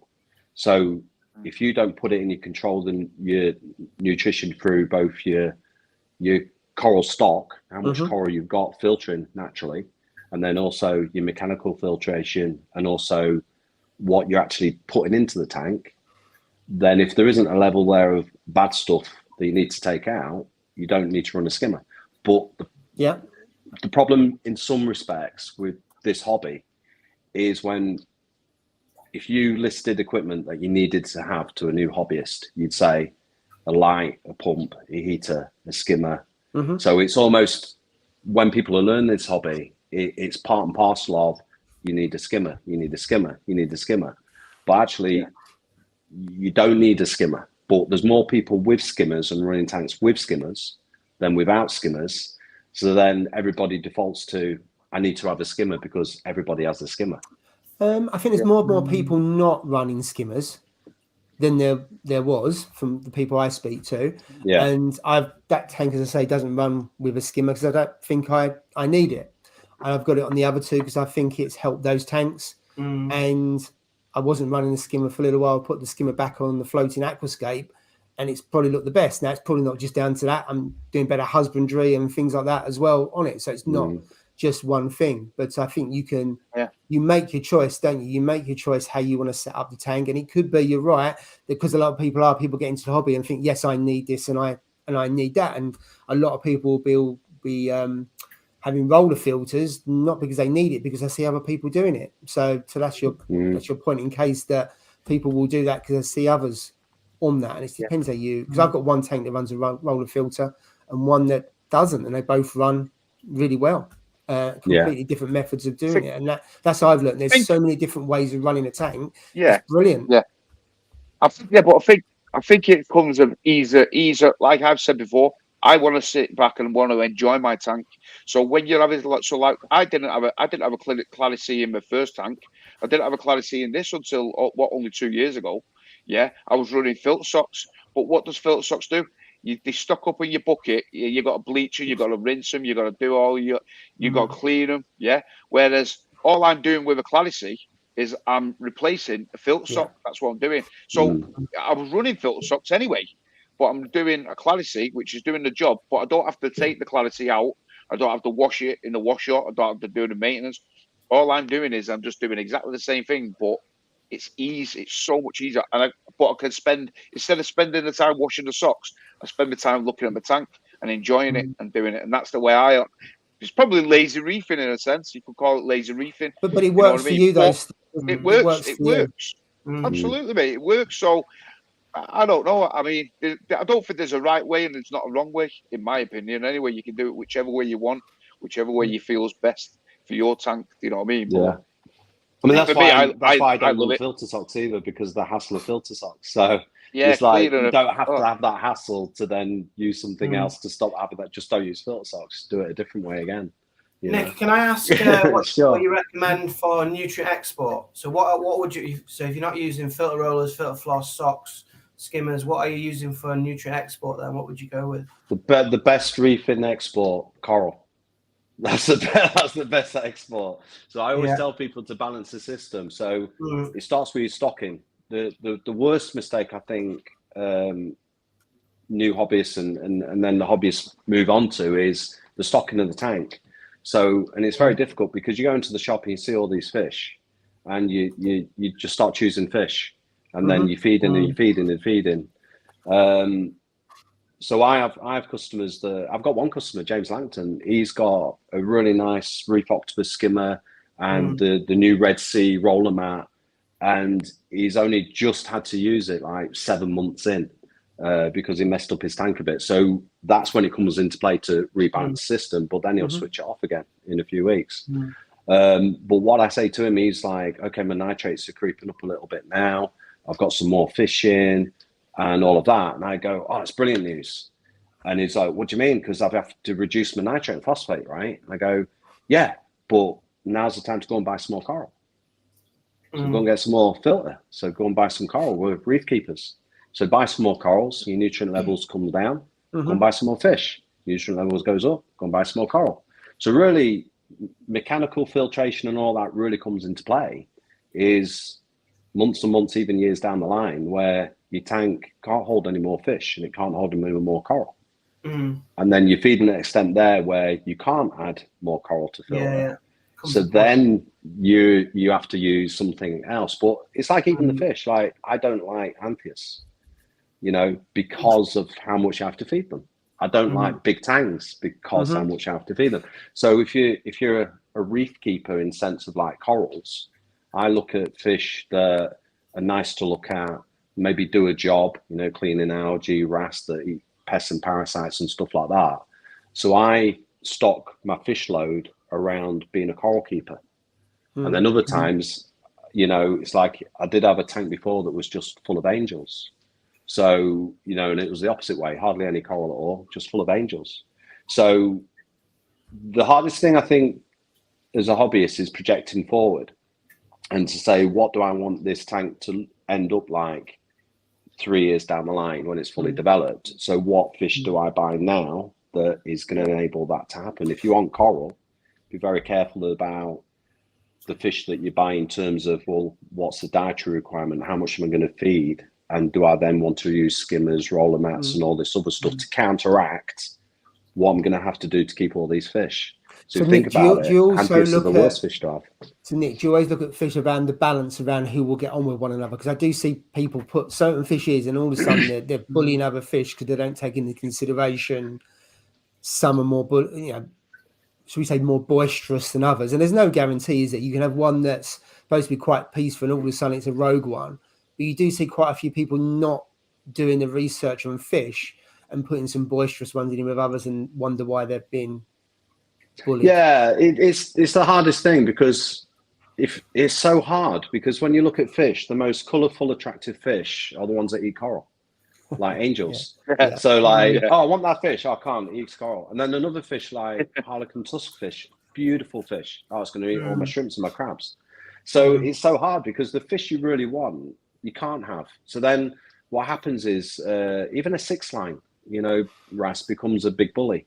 Clown tanks, beautiful fish, becomes king of the tank and bullies everything. So it is difficult, and there's always that temptation, I think, where it's like with tanks, really, they should be kept in shoals. They're a shoaling fish, but we don't want to do that, because we want one of everyone. We want, an ASO, a powder blue, a regal. We want a yellow. We want a black. A gem tank. So as hobbyists, we're collectors. So we don't really want always to do what's the best thing. It's what we want to do. And the worst times for me is when I do see it on Facebook and in the groups and forums and stuff, where somebody says, well, I know that I shouldn't be doing this, but I'll give it a go. And you think you can't change it's going to end in tears. Yeah. And I think probably one of the best things that came around, which I don't see as often now, to be honest, is I remember Michael Aarons, and when we were live streaming before with Paul Williams and Haley and everyone, and he got an acclimatization box made. So he put the fish in there and was like, well, I know this might not go well, so I'm going to put it in this big acclimatization box. And if the other tank goes after it constantly for a week, I'll not put it in the tank. I'll take it back to the shop. And if it seems to start ignoring it after a couple of days and leaves it alone, I'll let it out in the tank. So I'll give the other fish time to get used to it being around, and then I'll let it out. And I thought, actually, that's a really good way of doing it, because if I was a store owner and somebody said, look, I'm going to put this in a acclimatization box, it'll be fed and everything. If it doesn't get on with me other fish, can I bring it back? I'd go, yeah, because the fish is going to be undamaged in terms of being bullied and damaged by other fish. So, yeah, why not? That's a more kind of, a better way to do it. It worked for him, because he started doing it on the big tank, didn't he? So he had the big box at the end of the tank. Yeah, if I remember rightly. The wide tank. I'm not saying you can't do it on other smaller tanks, but if you're looking at a bigger fish, you kind of need a bigger box mostly. If it's smaller fish, obviously you can do that. So I think it's a really good idea. And I've seen other people do it, but usually I've seen people do it if they've got a bit more real estate in the tank to be able to put that at the end. And so therefore it's not whacking the corals, and it's not like slam bang in the middle of the tank and taking all the room up. So absolutely, I think it's a really good. I mean, there's other ways to mar aggression, like the mirror trick, if you've heard of that. Yeah, I've seen that quite a bit. Mirror and let the aggressive fish aggress itself, and then let it get used to the other fish swimming around in its peripheral, so it gets used to that fish being with it. So there's a few things you can try, but when you've got lots of people saying, yeah, don't do it, it'll end in tears, you kind of think, well, maybe I ought to listen, but it's a difficult one, because sometimes they just want those fish. We don't often get tank builders on here, Nick. So I'm just interested about you building your tanks now. So what sort of things are people? What's a common tank that people are asking, like size or shape or whatever? And what features are people requesting on their new builds at the moment? That's a really good question, Jay. So I don't build the tanks. So Mick, MBM Aquarium Design, he builds the tanks. I do all the cabinetry and frames and all that. But the big one at the moment is the low boy. So we put a twist on the Panterai flow to go system that Vince at Aquarium Connections was doing. And what Mick came up with was it was one of those systems where I've been a hobbyist for like 40 years and been in the trade over 15 years. So when you're looking at products, there's certain products that you go, yes, that's a game changer. That is good. That is really good. And when he told me about it and we built one, it's basically done an all-in-one with a flow to go. So the return pump pulls the water through the filtration media baskets, pushes it underneath and out the other end. So the return pump generates the flow in the tank as well. So you don't need a wave maker. I've seen that one. Radical. Right? It looked awesome. I couldn't believe it. myself, I was like, well, where's the flow? And he went, oh, it comes up through this baffle. And I was like, wow. And then you have that like little baffle where you can put sand. So obviously, when the flow comes up, it's not going to be disturbing the sand because you've got that little tiny glass baffle that's just separating the flow. Nick made as well, is it? Is that one that you? Yeah. For one that, I mean, it's fantastic, really good Sounds idea, really good. ingenious in a way. It was, mate. It was really, really good, to be fair. And you can implement that on any tanks, I suppose, whether it be a massive tank, a small tank, nano tank. I suppose you could implement it on anything, couldn't you? Really, in a sense. Well, the largest one that we're doing is one that Mick's doing now in Scunthorpe, so it's nearly finished now, and that's 14 foot long. So it's got 14 foot. Yeah, it's got 14 foot loads of flow in it. Yeah. And that's got Pantry pumps going in it. So I think they were about nearly £4,500 worth of pumps going on that. Jeez. Yeah. So that's going to go into Reef Build and PFK. So you'll see that. If anyone wants to come and see it, YouTubers want to come and see it, we'll give you a tour of it. But yeah, that's is that the one that's got the yellow cabinet? Is it yellow cabinets or? No, this one's it's 14 foot, but we haven't cladded it or anything yet. The tank's being built. Mick's built the tanks in place. He's starting the sumps, I think, next week. Nice. But that's going to be a really good build. But the low boys, like saying Jay, the low boys really popular. So when I was talking to you about doing you a tank, that was actually the tank that was the tank we wanted to do for you. So that was like for me, it's like the next generation. It's definitely the next generation tank. And if you remember, you probably remember, Paul, back when Ecotech launched the MP40s. So the reason the MP40s gained the popularity straight away that they did was the fact that the motors are on the outside of the glass, and you had that minimal intrusion of the impeller. And so it was as minimalistic as you could get. So I think for pretty much every reefer, the dream, if you like, the holy grail tank is where there's no equipment in the display.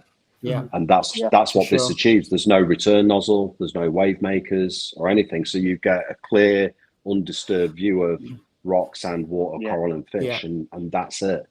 So I think that's what's made them so popular. That's a fair point, really, because I like the DD tanks. I've got a DD 900, but in the videos I hate the return nozzle. It's so ugly. The actual tank itself, it's a lovely build. The cabinet's really good. I like a high cabinet because I can stick my head into the sump and stuff like that. I know it sounds sad, but it makes it a lot easier. And the cabinet's far better than the Red Sea. Not just the quality of the build, but it's just that it's a lot higher. But the thing I hate is the return nozzle. It is really ugly. And when you look at the tank, I don't see it now because you get used to looking at the tank. But which return nozzle is he talking about, Paul? Is it the one where they've made a little duck bill? Yes. Or is it the new one? It's the duck bill. So it comes out and it goes down and points left as you're looking at the tank. So I've had it. It's 3 years old, this tank, in next month. And it's the one thing, I think the tank's really nice. I like the way the weir's structured and everything else in the sump layout's really nice. But the return nozzle is just, it doesn't ruin it, as I wouldn't buy it, if you know what I mean. But it's ugly and it shouldn't have to be that way. Well, good news for you then, Paul, because they've done an update to that system now. So now you'll get them with a random flow generator nozzle on those. So I believe they've updated them, because I went to see Reg and he was 3D printing them. So I believe now all the D&Ds will come with a random flow type generator on it rather than the duck bill. That's my because obviously the duck bill, the flow goes to, as you look at the tank, to the left and along the back, which is okay because the flow's going along to the back. So then you can do your wave makers, because it's a duck bill. You do get quite a decent amount of pressure coming out of that, which is nice. But at least that's a decent amount of pressure and what direction it's going on. So in terms of what it is, I haven't got a problem. It's just how it looks. But other than that, it's a lovely tank and it's a really good quality build as well. Yeah, I'll check with D&D, but I believe they've upgraded them now to RFGs. Yeah, that's my understanding. So they've changed them now.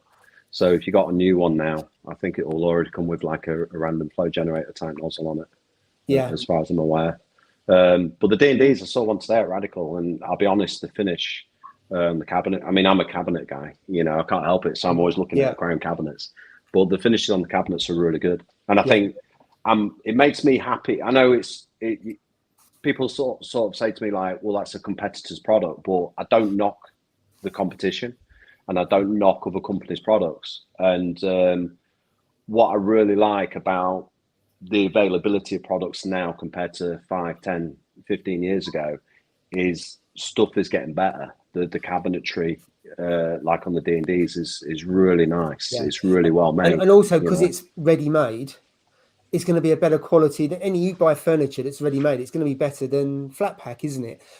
This is obviously a Gen 2 here. This is a better quality than the Gen 1, both in terms of the tank build and also the cabinet, because I've got a Gen 1 170 in the garage as well. And there's a marked difference in the quality of the build of the tank, because obviously they've got now the plastic around the edge to stop people messing up the armor. The armor, messing up the silicone, and actually the quality of this build is much better than the 170. So if what you're saying is as they're going along, they're learning from that, and each generation it's getting better, which is good to see. But I still prefer a ready-made cabinet. The quality is just a massive step up compared to flat pack.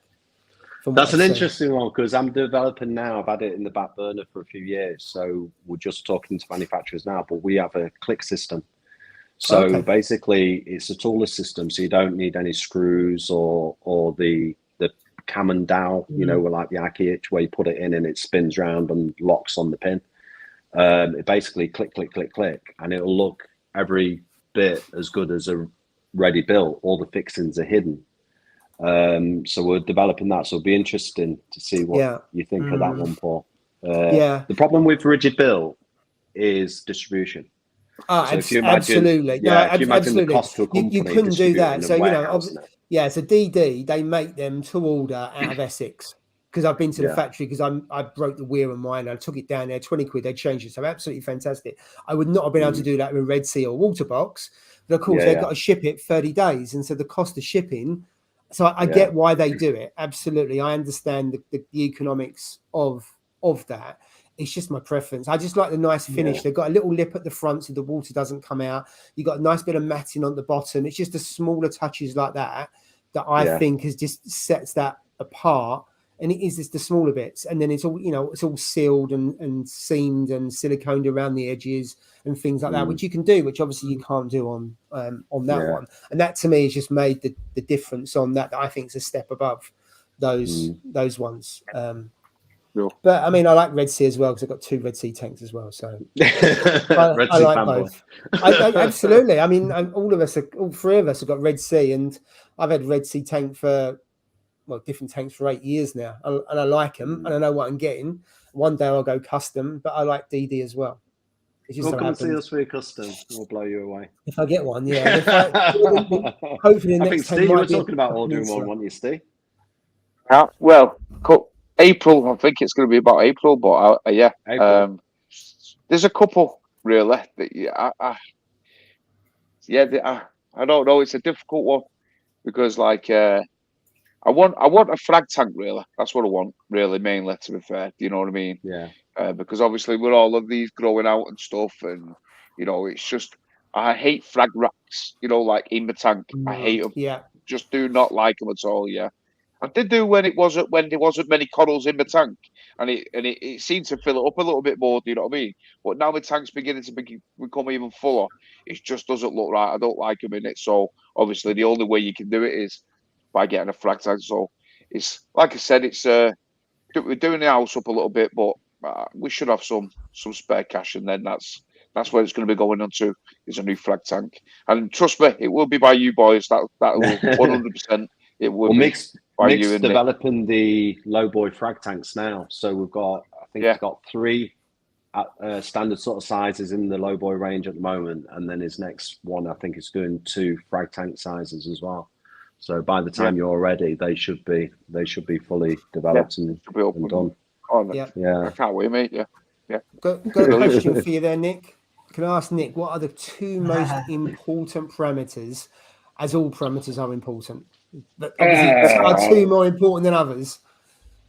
I hate these certain questions, because Dev does this to me on his channel, and I always talk to him. It's reefing for me. I always say to it, it's the rich tapestry of reefing. So if you think of all the threads, they're all interlocking, they're all joined together. So there's a thing I talk about which bores people to death, I'll be honest, but I talk about keep it short pillars. Then, Nick. Yeah, I talk about the 6 pillars of reefing, which actually isn't to do with water parameters. So I always say to people that if you've got calcium, magnesium, alkalinity, and all of that kind of stuff, that's your utilization by the coral. But really, what keeps the coral in good condition in order to use those things is oxygen saturation, dissolved metals, mineralization, nutrition, flow dynamic and wave harmonic, and spectrum. So BRS, again, if you want to have a look into that, if you go onto the BRS channel, there's a video that they talk about 4 pillars of reefing, and that's a really interesting thing to watch. So spectrum is important, flow is important, but that's not water parameters as such, if you like.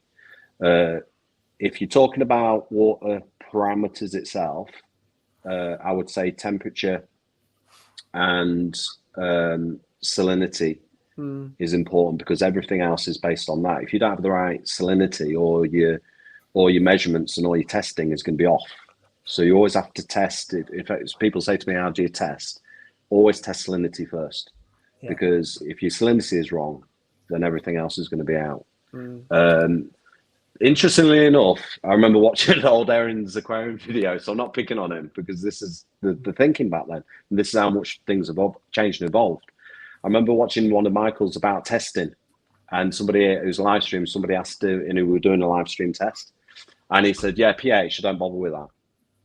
So I test this, don't bother with pH. And then if you look at it today, which is why I say I'm not picking on him, because if you look at it today, what we've just been talking about pH. And you look at some of the product lines, pH plus, there's even products being developed now to increase your pH. That's how much focus has gone on to pH. But it's a fairly recent thing. I mean, some people have been talking about it for quite a while, but as you call it mainstream, should we say, pH wasn't something that was really considered to 18 months ago, maybe. Certainly not much longer than that, where it wasn't even discussed at all. It was really about keeping nitrates low, phosphates low. If you're going to do high in, high out kind of thing, if you was going to form or something and said your nitrates were above 15 or 20, you'd get absolutely pummeled and told how crap you are, and that there needed to be 2 and stuff like that, and that 0 phosphate was great. Now, actually, with live rock and things like that, if you bottom out your nutrients now and you've got dead rock, you're guaranteed to get a load of pain, more or less, in your tank, can't you? Which comes with sterile environment, people thrown in colony as well, and not having lights off and all kinds of things. But again, there's loads of different ways of running it, isn't there? But it's interesting. I agree with you on salinity. Last 6 months, the first thing I test is salinity before I do the other checks, because it doesn't take that long, and it just gives you that peace of mind, doesn't it? Because if that goes out, then everything's screwed. Yeah, and the other thing, I just make a point as well, it's salt, like the quality of salt. Like, I've spoken to a few reefers recently, and they're saying, I really like Fauna Marianne salt, but it's a bit more money. But if you think about it, if you're water changing your system, you want good quality salt. But a lot of people want to save a tenner or 20 quid on salt because they use so much of it, but then they're buying, 150, 200 pound torches that's living in that salt water. So that kind of doesn't make sense to me. But Nick, I thought maybe I'm naive because I use Red Sea salt. I've always used that. There is a difference in salt, but is there some really crap ones out there? Because I must admit, I look at it. You got Tropic Marianne, you've got the DD1, you've got Red Sea. There's loads of quality out there, but is there really cheap ones that I suppose if it's 10 or less, then people think that's worth a tenner. But in the scheme of things, to your point, tenner's not a lot when you're throwing loads of other stuff into that tank, which I think is your point. The hardest thing I think with a lot of this stuff is understand. Again, it's research and understanding it. It's like Claude at Fauna Marianne, the way that salt's made is when it's tumbled in the drums, he sprays the trace elements into the grains. So when you come to mix the salt, it's very, very consistent. And I remember, I think it was on Reef Dorks when I think he interviewed the guy from Tropic Marianne, and he made a very good point, which people don't always realize with salt, is you're not paying necessarily for what's in it, you're paying for what's not in it in terms of contaminants and things like that. And producing salt is quite difficult, because it's like with Triton, Eshan's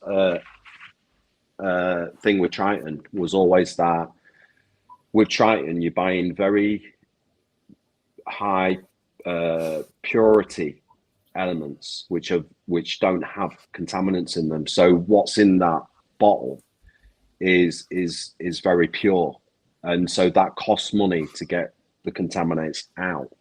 So that's why some salts are more expensive than others, is the consistency and the purity of it, which has to be filtered out and taken away. I think the consistency is quite important as well, isn't it? Because you don't want that variation, and people rely on it. You know, if it's usually 8.4 alkalinity, then you would expect that. And I know certainly I've seen some comments about Red Sea about their salt has gone slightly higher than that, and it's not a problem as long as you know that. And if you're dosing anyway, you just adjust your dosing. But I think having that consistency, and also, as you say, it hasn't got the contaminants in there, is really important. Yeah, and I'll be honest, I've never used D&D salt, never used Red Sea salt. So I can't really comment on the salts, to be honest. The salts I've always used were Seachems, which was Aqua Vitro.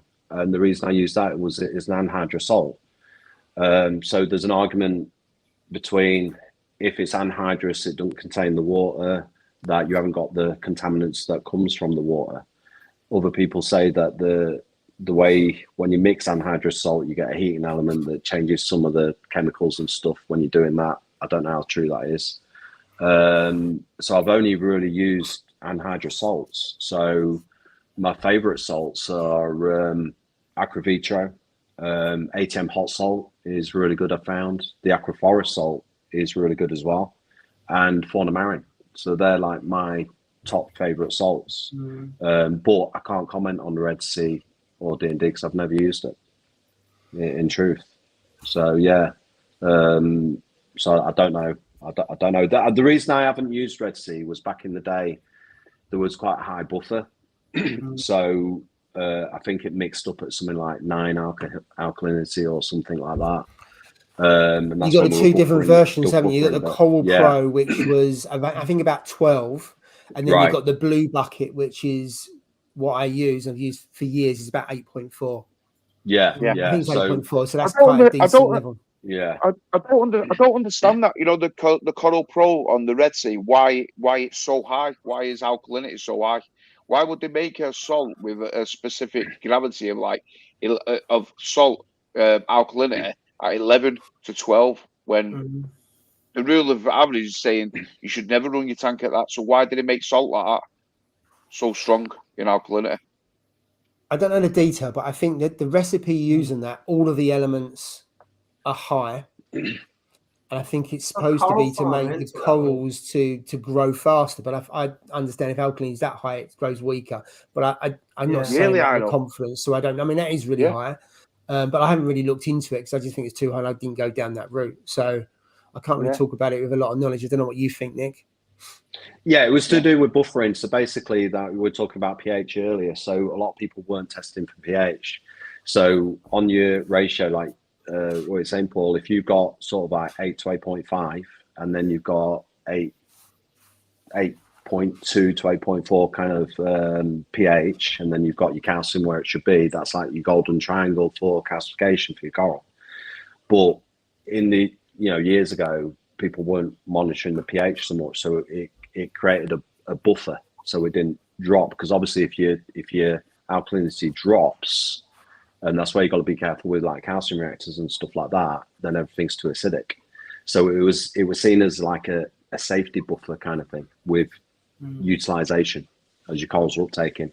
But if you can control it's like I like when Triton first came out, I was a big believer in Triton because everything suddenly went down towards natural seawater levels. So we weren't having these artificial buffers, and that's why I've always kind of felt, again, my approach to reefing is as natural as possible. When people are cycling, for example, when people say nothing good happens faster than a reef tank, some of those sort of sayings I don't think are necessarily true, because when I cycle a tank, which I'll do with this one, I'm pumping life into that as quickly as I can. But in terms of bacteria, then your low-level macrofauna copepods and things like that. So that low level foundation of life, I get into that system as soon as I can. And then what I find is that it creates a very good stability, a good foundation to then introduce, you know, corals and things like fish. I always put, when I put bacteria into this one, the fish will go in day one. But another thing I find is that people don't always understand the relationship between the ammonia load and the bacterial load, what you're trying to achieve. So they'll add like a pair of clowns to a tank this size, which won't produce enough ammonia to then feed the bacteria. So in a tank this size, I'll put 20, 25 chromis in there. No problems at all. And people will go, oh, you're rushing it. It's too quick. It's too much. But when you look at the amount of ammonia that they're respirating into that system, it's about the right amount to feed the bacteria that you need. So your first livestock into this tank isn't the fish, it's the bacteria. So I need to feed that bacteria, and the way to do that, if I add a pair of clowns to that tank, I'm not giving that bacteria enough food. So I'll probably get bacterial die-off, and then I'll test my water and I'll go, okay, I've got some nitrate now, I haven't got an ammonia, my nitrite level is okay, I've cycled. I then put 5 chromis in there, suddenly I've got too much bioload for the amount of bacteria I've got. So if I add 20, 25 chromis in there, and I've put the right amount of colony and paradigm in there to feed off of that, I'm giving it enough ammonia to keep those levels up. So then once it's cycled, I can then add a couple more fish, no problem, because I've got this level of bacteria that then is able to go to here very quickly. Whereas if I've got a pair of clowns in there and I've got this much bacteria, low level, the replication rate on that bacteria isn't going to be quick enough because I haven't got enough of it. So stuff like that, when I hear these kind of sayings like nothing good happens fast in a reef tank, it depends on what it is, because I want bacteria to form in this tank as quickly as possible. I want to get the foundation of life in there as quickly as possible, and then build on that. So some reefers, like Paul Williams, for example, in the chat, Paul will cycle a tank with coral in, you know, but you have to know what you're doing. But if you looked at Paul's tank, when he sets up a new tank, you'll go, what the hell are you doing? You've got all this coral in here. But he'll cycle a tank with coral in, no problem. He does it over and over again. So what is too fast? What is rushing? You know what you're doing and you do it right. It's not rushing. It's actually what you need to do. It's just whether you know how to do it. So you'll see, I see it all the time where people go, well, I'll try a pair of clowns. And then if they're okay, then I can add another fish. And you're like, oh, no, don't do that, because you'll find that you'll add another couple of fish and it won't be okay. And then what happens, those fish die and you go, oh, because I rushed it. And it's like, no, it's actually the opposite way around. It's because you didn't do enough. So that when you added those other 2 fish later on, it couldn't bounce up to that level. Which is about the bacteria. Yeah. Yeah. So sometimes when we do stuff, we actually misunderstand the consequences. So then it makes everybody go, oh, I better not do that. And that's why I have that saying, which is don't reef through fear, reef by design. So understand what you're doing. So you're controlling the system rather than, well, I'll do this because I'm scared not to, or I won't do that because I'm scared to do it. If you understand what you're doing, then you know, okay, now I need to do this. Now I need to do this. Now I need to do that. And that for me is, yeah. And that for me is the hardest bit, is getting that knowledge. What's your time scale there then, Nick, to cycle that tank, and where are you with the bacteria? You're putting the bacteria in, and when the fish going in, and how many fish are you actually going to put in there to start with then? Yeah, so I've got my colony here. It was delayed. So I've got my colony. So that'll be done probably this weekend. We'll go in, and then I just need to get a load of fish to chuck in to feed the bacteria. So is that going to be chromis? So you're going to do the ATM colony and then put those in bottles, yeah? Yeah, I mean, it's a weird one for me because chromis is seen as like an affordable, you know, a cheap fish. Really, they're available readily. Everyone sees them. It's a common fish. So they go, oh, you know, they're not very exciting. But you put 25 in there. Oh, they're brilliant. Suddenly they take on, take on another thing. And people say, well, they'll batter each other. But if you get a decent shoal of sort of 20, 25, what you find is that aggression is a bit like cichlids in freshwater. That aggression is dissipated. Yeah. And they don't do it. It's a bit like amphias are a bit like that as well. Some of the groups are amphias. If you get too few, the strongest will survive, and it'll whittle down to a pair or a single, which is no too different to chromis. But if you get over a certain level, then less, exactly. you say, they don't know where to look and who to pick on next. Yeah, and I'll be honest, if you've not seen a big shoal of chromis, amazing. It's really lovely to see. You know, I've seen a couple of YouTube videos when they've got that as well. Yeah, absolutely. I love my chromis. There you go. Tell you, mate. But the reason I like chromis is also as a fish, they're a hardy fish. They're a damsel, so they're hardy in a new system. What they'll do initially, and this is like the behaviour of the fish, they'll crouch under that little cave area for a couple of days. So they're quite inactive the first couple of days. So with the respiration rate and the ammonia coming from that, it's dripping into the system. So once the bacteria takes a hold of that, then they get more active. They start swimming around. The respiration rate increases. You get a bit more ammonia. So it's a great fish that it's not too active initially in terms of the way the fish are dosing the ammonia into the system. So I know it sounds daft, but I'm a bit reef geeky. So I even think about respiration rates of fish and how that affects the ammonia rate getting dripped into the system while I'm trying to build that colony of bacteria. Yeah. How do you plan to balance the nitrates of the 25 or so fish without the corals to take up that excess nutrients and without the skimmer as well? How do you tackle that? So same way Steve does. So basically I'll be controlling the food. So I don't use a lot like frozen food or reef roids because it just contains too much phosphate. So natural food, just feed what they need, don't overfeed. Like a lot of people, Paul Williams again, when we looked at his tank and purged his system, and I said keep feeding your fish less and less to a point where if they start to look a little bit underweight, feed a bit more, and then you know that they're okay. And your fish behavior should be really pecking at rocks and scavenging a lot. So if you see that behavior and your fish still look like they've got weight, you're probably feeding the right amount. So just not overfeeding basically, so it should be good. So would you do little and often as well? So you just got those, so there's little waste, so you're spreading it over a day. No, this is the weird thing. I don't feed the fish multiple times a day, and that's why I don't like anthias, because with anthias, you'd have to do that. You need, especially when you start off and you have to wean them off. But absolutely, depending on the ones you get, it can be 7 or 8 times, doesn't it? So I feed the fish once every 3 days. So the initial on the way you work with colony is you feed the first day. I sometimes leave it till the second day because they're a bit too skittish sometimes the first day to even feed. So usually I'll feed it the morning after, and then you don't feed for like 3 days until you get the nitrate. And then I'll feed again every 3 days, which I tend to do anyway for a system. So I'll feed the fish once every 3 days, but I won't have fish that need more feeding than that. And then once we got corals in, I'll be nutritionalizing coral with good coral food as well. Which goes back to your point about stocking correctly for how you want to run the system. And therefore, you've got a routine and everything else. You haven't got to go to that multiple times, which then puts more in, which then creates an issue. If I can just, there's a question on here about natural seawater. If you live by the sea, would you use natural seawater? Well, we're setting store up here. So I've got 2 water silos, each which will hold 15,000 litres natural seawater. So in the store, we'll be holding 30,000 litres natural seawater, which we'll be selling to people. And I've found by far, if you're doing, I mean, I've set this up on mixed salt, Marianne salt. But I found by far the best way to start a system off is using natural seawater.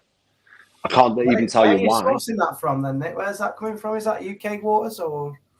Yeah, so we get it through Aquarium Connections, Vince.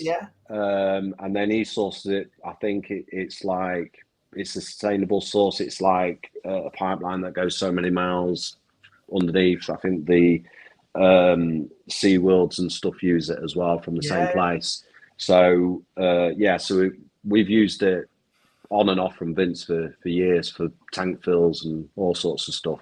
So it's not something that we haven't used. If you look back when Triton first came out, Vince was using natural seawater from those days. So you're talking quite a few years now. I'd love to. We've seen it like I've never collected it from the shore or things like that. So it's always been from a proper supplier. Yeah. But I found that when you start a tank with natural seawater, it just seems to bed in really well. You know, just really well. Why that is, I don't honestly know why that is. It just seems to do it. Whether there's something inside of it that we can't always analyze with ICPs or whatever it is, I'm not sure.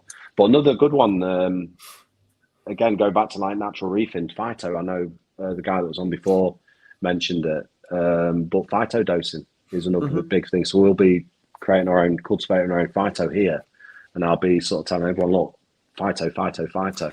Yeah, you do that, didn't you, Jay? You dose phyto on a regular basis.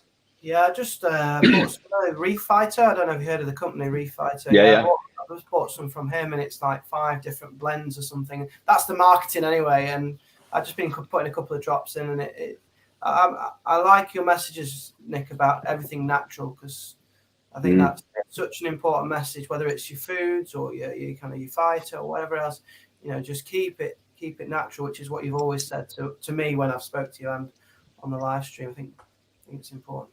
Yeah, I've always said to people, like, the weirdest thing is Mother Nature. If you mess up, she'll come and slap you, you know, with vengeance. So you get dinos, you get diatoms, you get cyanobacteria, and everything goes wrong.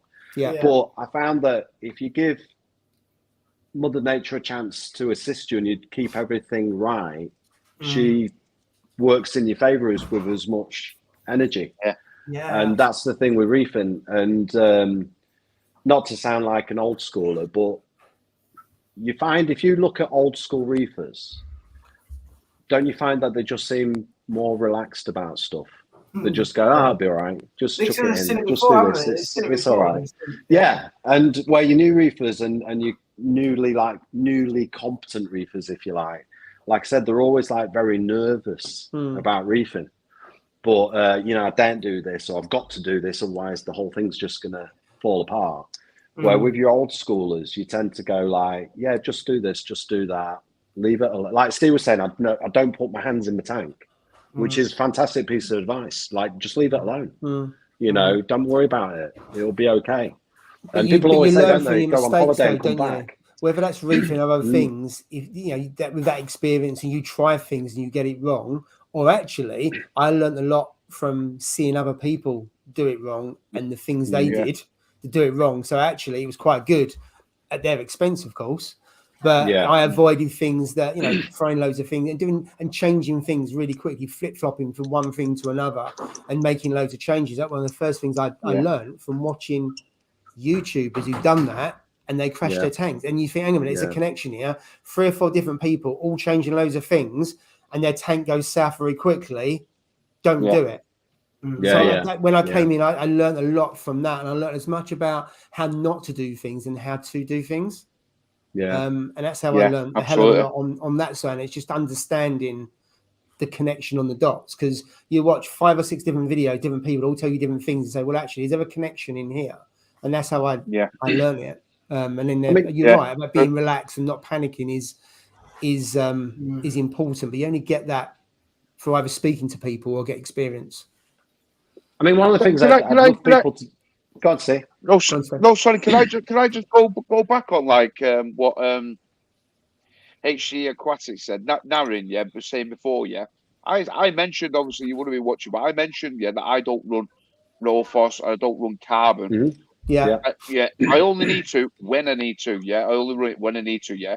Is that the right thing to do, or is it the wrong thing to do? Because a lot of this is one of those opinions where people say, well, I run my raw phos and my carbon 24 hours a day all the time, blah blah blah, and then others say I run mine once a week out of 4 weeks. I run mine this, that. So what is there a right way, or is there a wrong way of running it? Am I doing it the wrong way, or am I doing it right? I don't know what, because I only run it when I need to.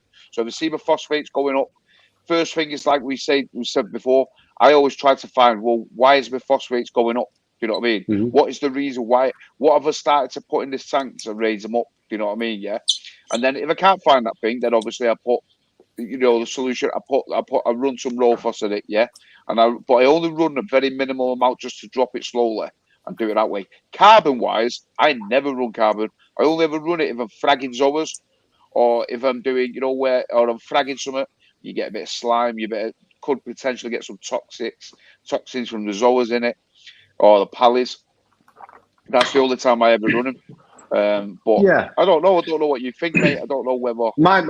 I was listening to what you were saying. Yeah, I was walking around listening to the chat, Yeah. and when you said that, Steve, yeah, I mean, it's like Paul Williams again. There's certain reefers I come across, and I'll be honest, I'm not just saying this, but you're almost kind of like a natural reefer. You're kind of doing stuff, that. and you're like, yeah, I'll be honest, like Paul Williams is exactly the same. I said this to him. I said, Paul, you're a natural reefer, where some people have to learn and research, where other people, stuff just kind of makes sense and they do it. Then they find out the reasons behind it, why it made sense to them later. So what you said was pretty spot on for me. So with carbon, if you think about it, carbon is one of the most porous things that you have. So why don't we use it instead of ceramic filter media? If it's that porous, if you look at the old days of live rock, they talk about Pucani rock being very porous, branch rock being very porous. And if you look at your Mass Effect Sphere information and other filter media, they talk about porosity. So if carbon is that porous, why aren't we using it as filter media? Well, the reason is because it's to a point too porous. So what it does, it absorbs. So you get to that point where it can start taking, like you were touching on with the discussion, it can start taking on too much away. We start stripping stuff away from the tank. And probably about 20 years, we then went down the road, like we talk about things being in the circular in the hobby. And that's my concern with the roller filters is, are we back to 20 years ago where we were over filtering? We had this big thing of big skimmers, big filtration. Let's get everything out of the system. And it became too clinical and too sterile, like Paul was saying. So yeah, I have a thing of, depending on your tank and what you've got in it, because like I say, people have loads of SPS or some people have mixed reef. My general rule of thumb is a few tablespoons for 1 week, once a month, and then on an alternate week, the same with phosphate media. A tablespoon, depending on the strength of your phosphate media, the absorbency strength, a couple of tablespoons for a week, once a month. And it's just to kind of shave off as it starts to stray. And you just shave, like cutting your grass, you're just shaving it off. So with things like your chemical warfare, your corals and stuff like that, they're going to just shave all that kind of stuff off. But it's not dwelling in there too long to take too much away. Out all like I was saying with your skimmer. To a certain extent, skimming a bit can be beneficial. But if you skim too much, you end up where, if you analyze it under a microscope, you'll go, why am I skimming all this out? This is all good stuff. And a majority of this is good stuff. So am I doing it just because I think I should, or am I doing it for actual purpose? And that's the same, like you're saying, people run Rorophos and carbon constantly in reactors. Why? Is it because they're scared of, well, it's absorbing all the bad stuff in my tank? But is that through research and knowledge, or is that because they're reefing through fear? So one of the best piece of advice I can give you, or anyone, is when you're getting advice and when you're saying, going on the forums or Facebook, you're saying, which light should I use? Which would somebody recommend? When someone gives you advice, ask them why. Be that 4-year-old. Why? And then we'll say, well, because this. Why? Well, because this. Why? And find out how many times you can ask the question why, and they can give you knowledge every time. And you'll find, unfortunately, with some people, they're just passing on stuff. Well, I do it because my mate did it. And look at this tank, it's fantastic. But I don't know why, but I'm telling you to do it because my mate's tank's great. Well, that's not the person to listen to because they don't understand. If you can find somebody that you can say why, and every time you ask that question why, they can go deeper and deeper and deeper in knowledge and understanding, you're going to understand why. You're going to get that understanding. And that's the hardest thing to know. So Nick, if someone is running Rorophos all the time and they are running carbon all the time and it works for them, their tank is working fine and looks good, then that's just a different way of reefing. Yeah, but that's where I upset people, because then I go, Just imagine how much better your tank would look good if you weren't doing that. No guarantee, though, is there? To a point. I mean, again, I keep bringing Paul Williams up. Paul Williams came to me and he said, Nick, I've got fantastic base growth, but I haven't got tip growth. I can't get my corals to grow. And this is 5 years ago, I'm talking, a long time ago. So we got rid of the messy eating fish. We purged his rock. We used bacteria to purge everything out. We did simple. He did a video on it. It's still on YouTube. We did no lotions and potions to his system. It was just basic tank maintenance, basic principles. We lowered his nitrate and phosphate by 50% in a week. Just doing basic changes to feeding, got rid of messy fish, sand vacuum, and all that kind of stuff. And then he brought on online some phosphate media after it came down a bit, just to shave it a bit more. He put in Miracle Mud. We switched some stuff around and gave it a bit more buffering in nature. Like Jay was saying, I love nature, a bit more natural stuff to it. Added some more elements to it. And within, I think it was a week and a half, he started getting tip growth on his coral. So my thing is when everyone sort of says, well, I'm doing this, and my tank looks fine. It's a difficult one because a lot of the time when I come across somebody who says, well, I'm doing this and it's okay with me, I'll say, oh, there you go. And I'll just go, well, it's your tank. You know, it's got nothing to do with me. It's your money. It's your tank. You do what works for you. It's fine. I'm not here to tell you what to do. It's your hobby. But what you're saying is there's different things you can do to enhance it and take it a step up, I think is what you're saying, by tweaking it in a different way. In the old days, I mean, we had T5s and we had massive debates on spectrums and which bulbs to choose, because we had to choose blends of bulbs to get spectrums. And we had big discussions on par values and spectrum and all of that. With the introduction of LEDs and stuff, we don't see that anymore. And so some of the knowledge and discussion and debate that we had was a lot different now, because at one point early on in the hobby for me, if we had brown coral, we were happy it was still alive, you know. So I love the advancements we've got in the hobby. Like I said earlier, I love we've got more understanding, more advancements, but part of it, my regret is we don't have the in-depth debate, discussion, understanding that we used to get from almost not knowing what we were doing. We were searching for information, where to an extent, I think with some of the equipment we've got, it's become a bit of a plug and play. You know, I meet reefers that have plug and play equipment and they go for expensive coral, but the basic understanding of reefing isn't there. I think with all that expensive stuff, you probably still need to know the basics. And as you say, you know, salinity, how many people check it? And actually, that's the thing that could screw your tank. The real basic things. I think having that basic, regardless if you've got automated or really expensive stuff, I agree with you. You need to know the basics. Do you need to know the ins and outs and the depth? Probably not. Whether you can only take it so far by knowing that, possibly. But I think that there's no substitute for knowing the basics. But I think, you know, you don't have to worry about spectrum. You can plug in your Ecotechs.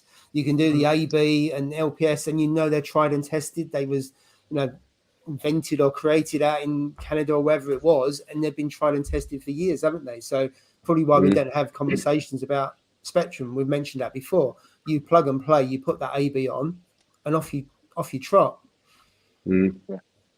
That's it. So it's like the lights I'm rocking on. These are the new X4s by Illuma Magic, and these spectrums are one of the best I've ever seen in a LED in a light. But I know when we bring these over and start showing them off to people, they'll be like, "Are they good as a Radian? Are they good as an AI?" And if I start talking and say, "Well, have you seen the spectrum?" and I show them a spectrograph, they'll probably go, "I don't know what that means." You know, and that's the difficulty. Where in the old days with T5s, if I showed that spectrograph, they go, wow, that's a really good light. Look at the bandwidth. Look at the peaks. You know, look at that from 390 all the way to 450. You got huge bandwidth there. And they'll understand exactly the relevance. It's like with coral, with spectrum. There's a good BRS TV video on this, actually, but there's quite a few recently, isn't there, about lights, and they're covering spectrum and all kinds of things. They've gone really in depth. They've done depth before, but they're taking it to another level with each one around a specific part of lighting. It's really good. Yeah, so that video, I actually really enjoyed watching it because they laid out very clearly how different biological function of coral is related to different spectrum. You know, so when we talk about, it was a good video. Yeah, so it's like, oh, you need blue lights for coral, but within that blue light spectrum, there's specific wavelengths the coral will use for different things. So when you're playing with your lights and your levels, it's not a case, oh, I'll stick it on this today and I'll stick it on that today. It's like, oh, wait a minute, you want this up there and this up there and this up there to make sure you're giving enough of that for what your coral needs. It's not just a case of, what colour do I want my tank to be, but there's a reason for that spectrum to be there for your coral. Otherwise, what's the point in doing everything else you're doing with ICPs and dosing and levels and picking the right salt and your wave makers and all this, and then mess it up by putting your light onto one piece of the jigsaw puzzle that's important. You managed to fall over. Right, we are out of time. Nick, thank you very much as always. A pleasure having you on. Enjoyed it. Thank you for everyone in the chat and everything else. I really appreciate everyone joining. Steve, I think we're with you next week. I think you are, mate. Yes, I think we are. Absolutely, right, so mate. Thank you very much. Have a great reefing weekend, and we'll catch you next week. Bye for now. Take care, guys. Cheers. Bye, guys. Cheers. Thank you. Take care. Cheers.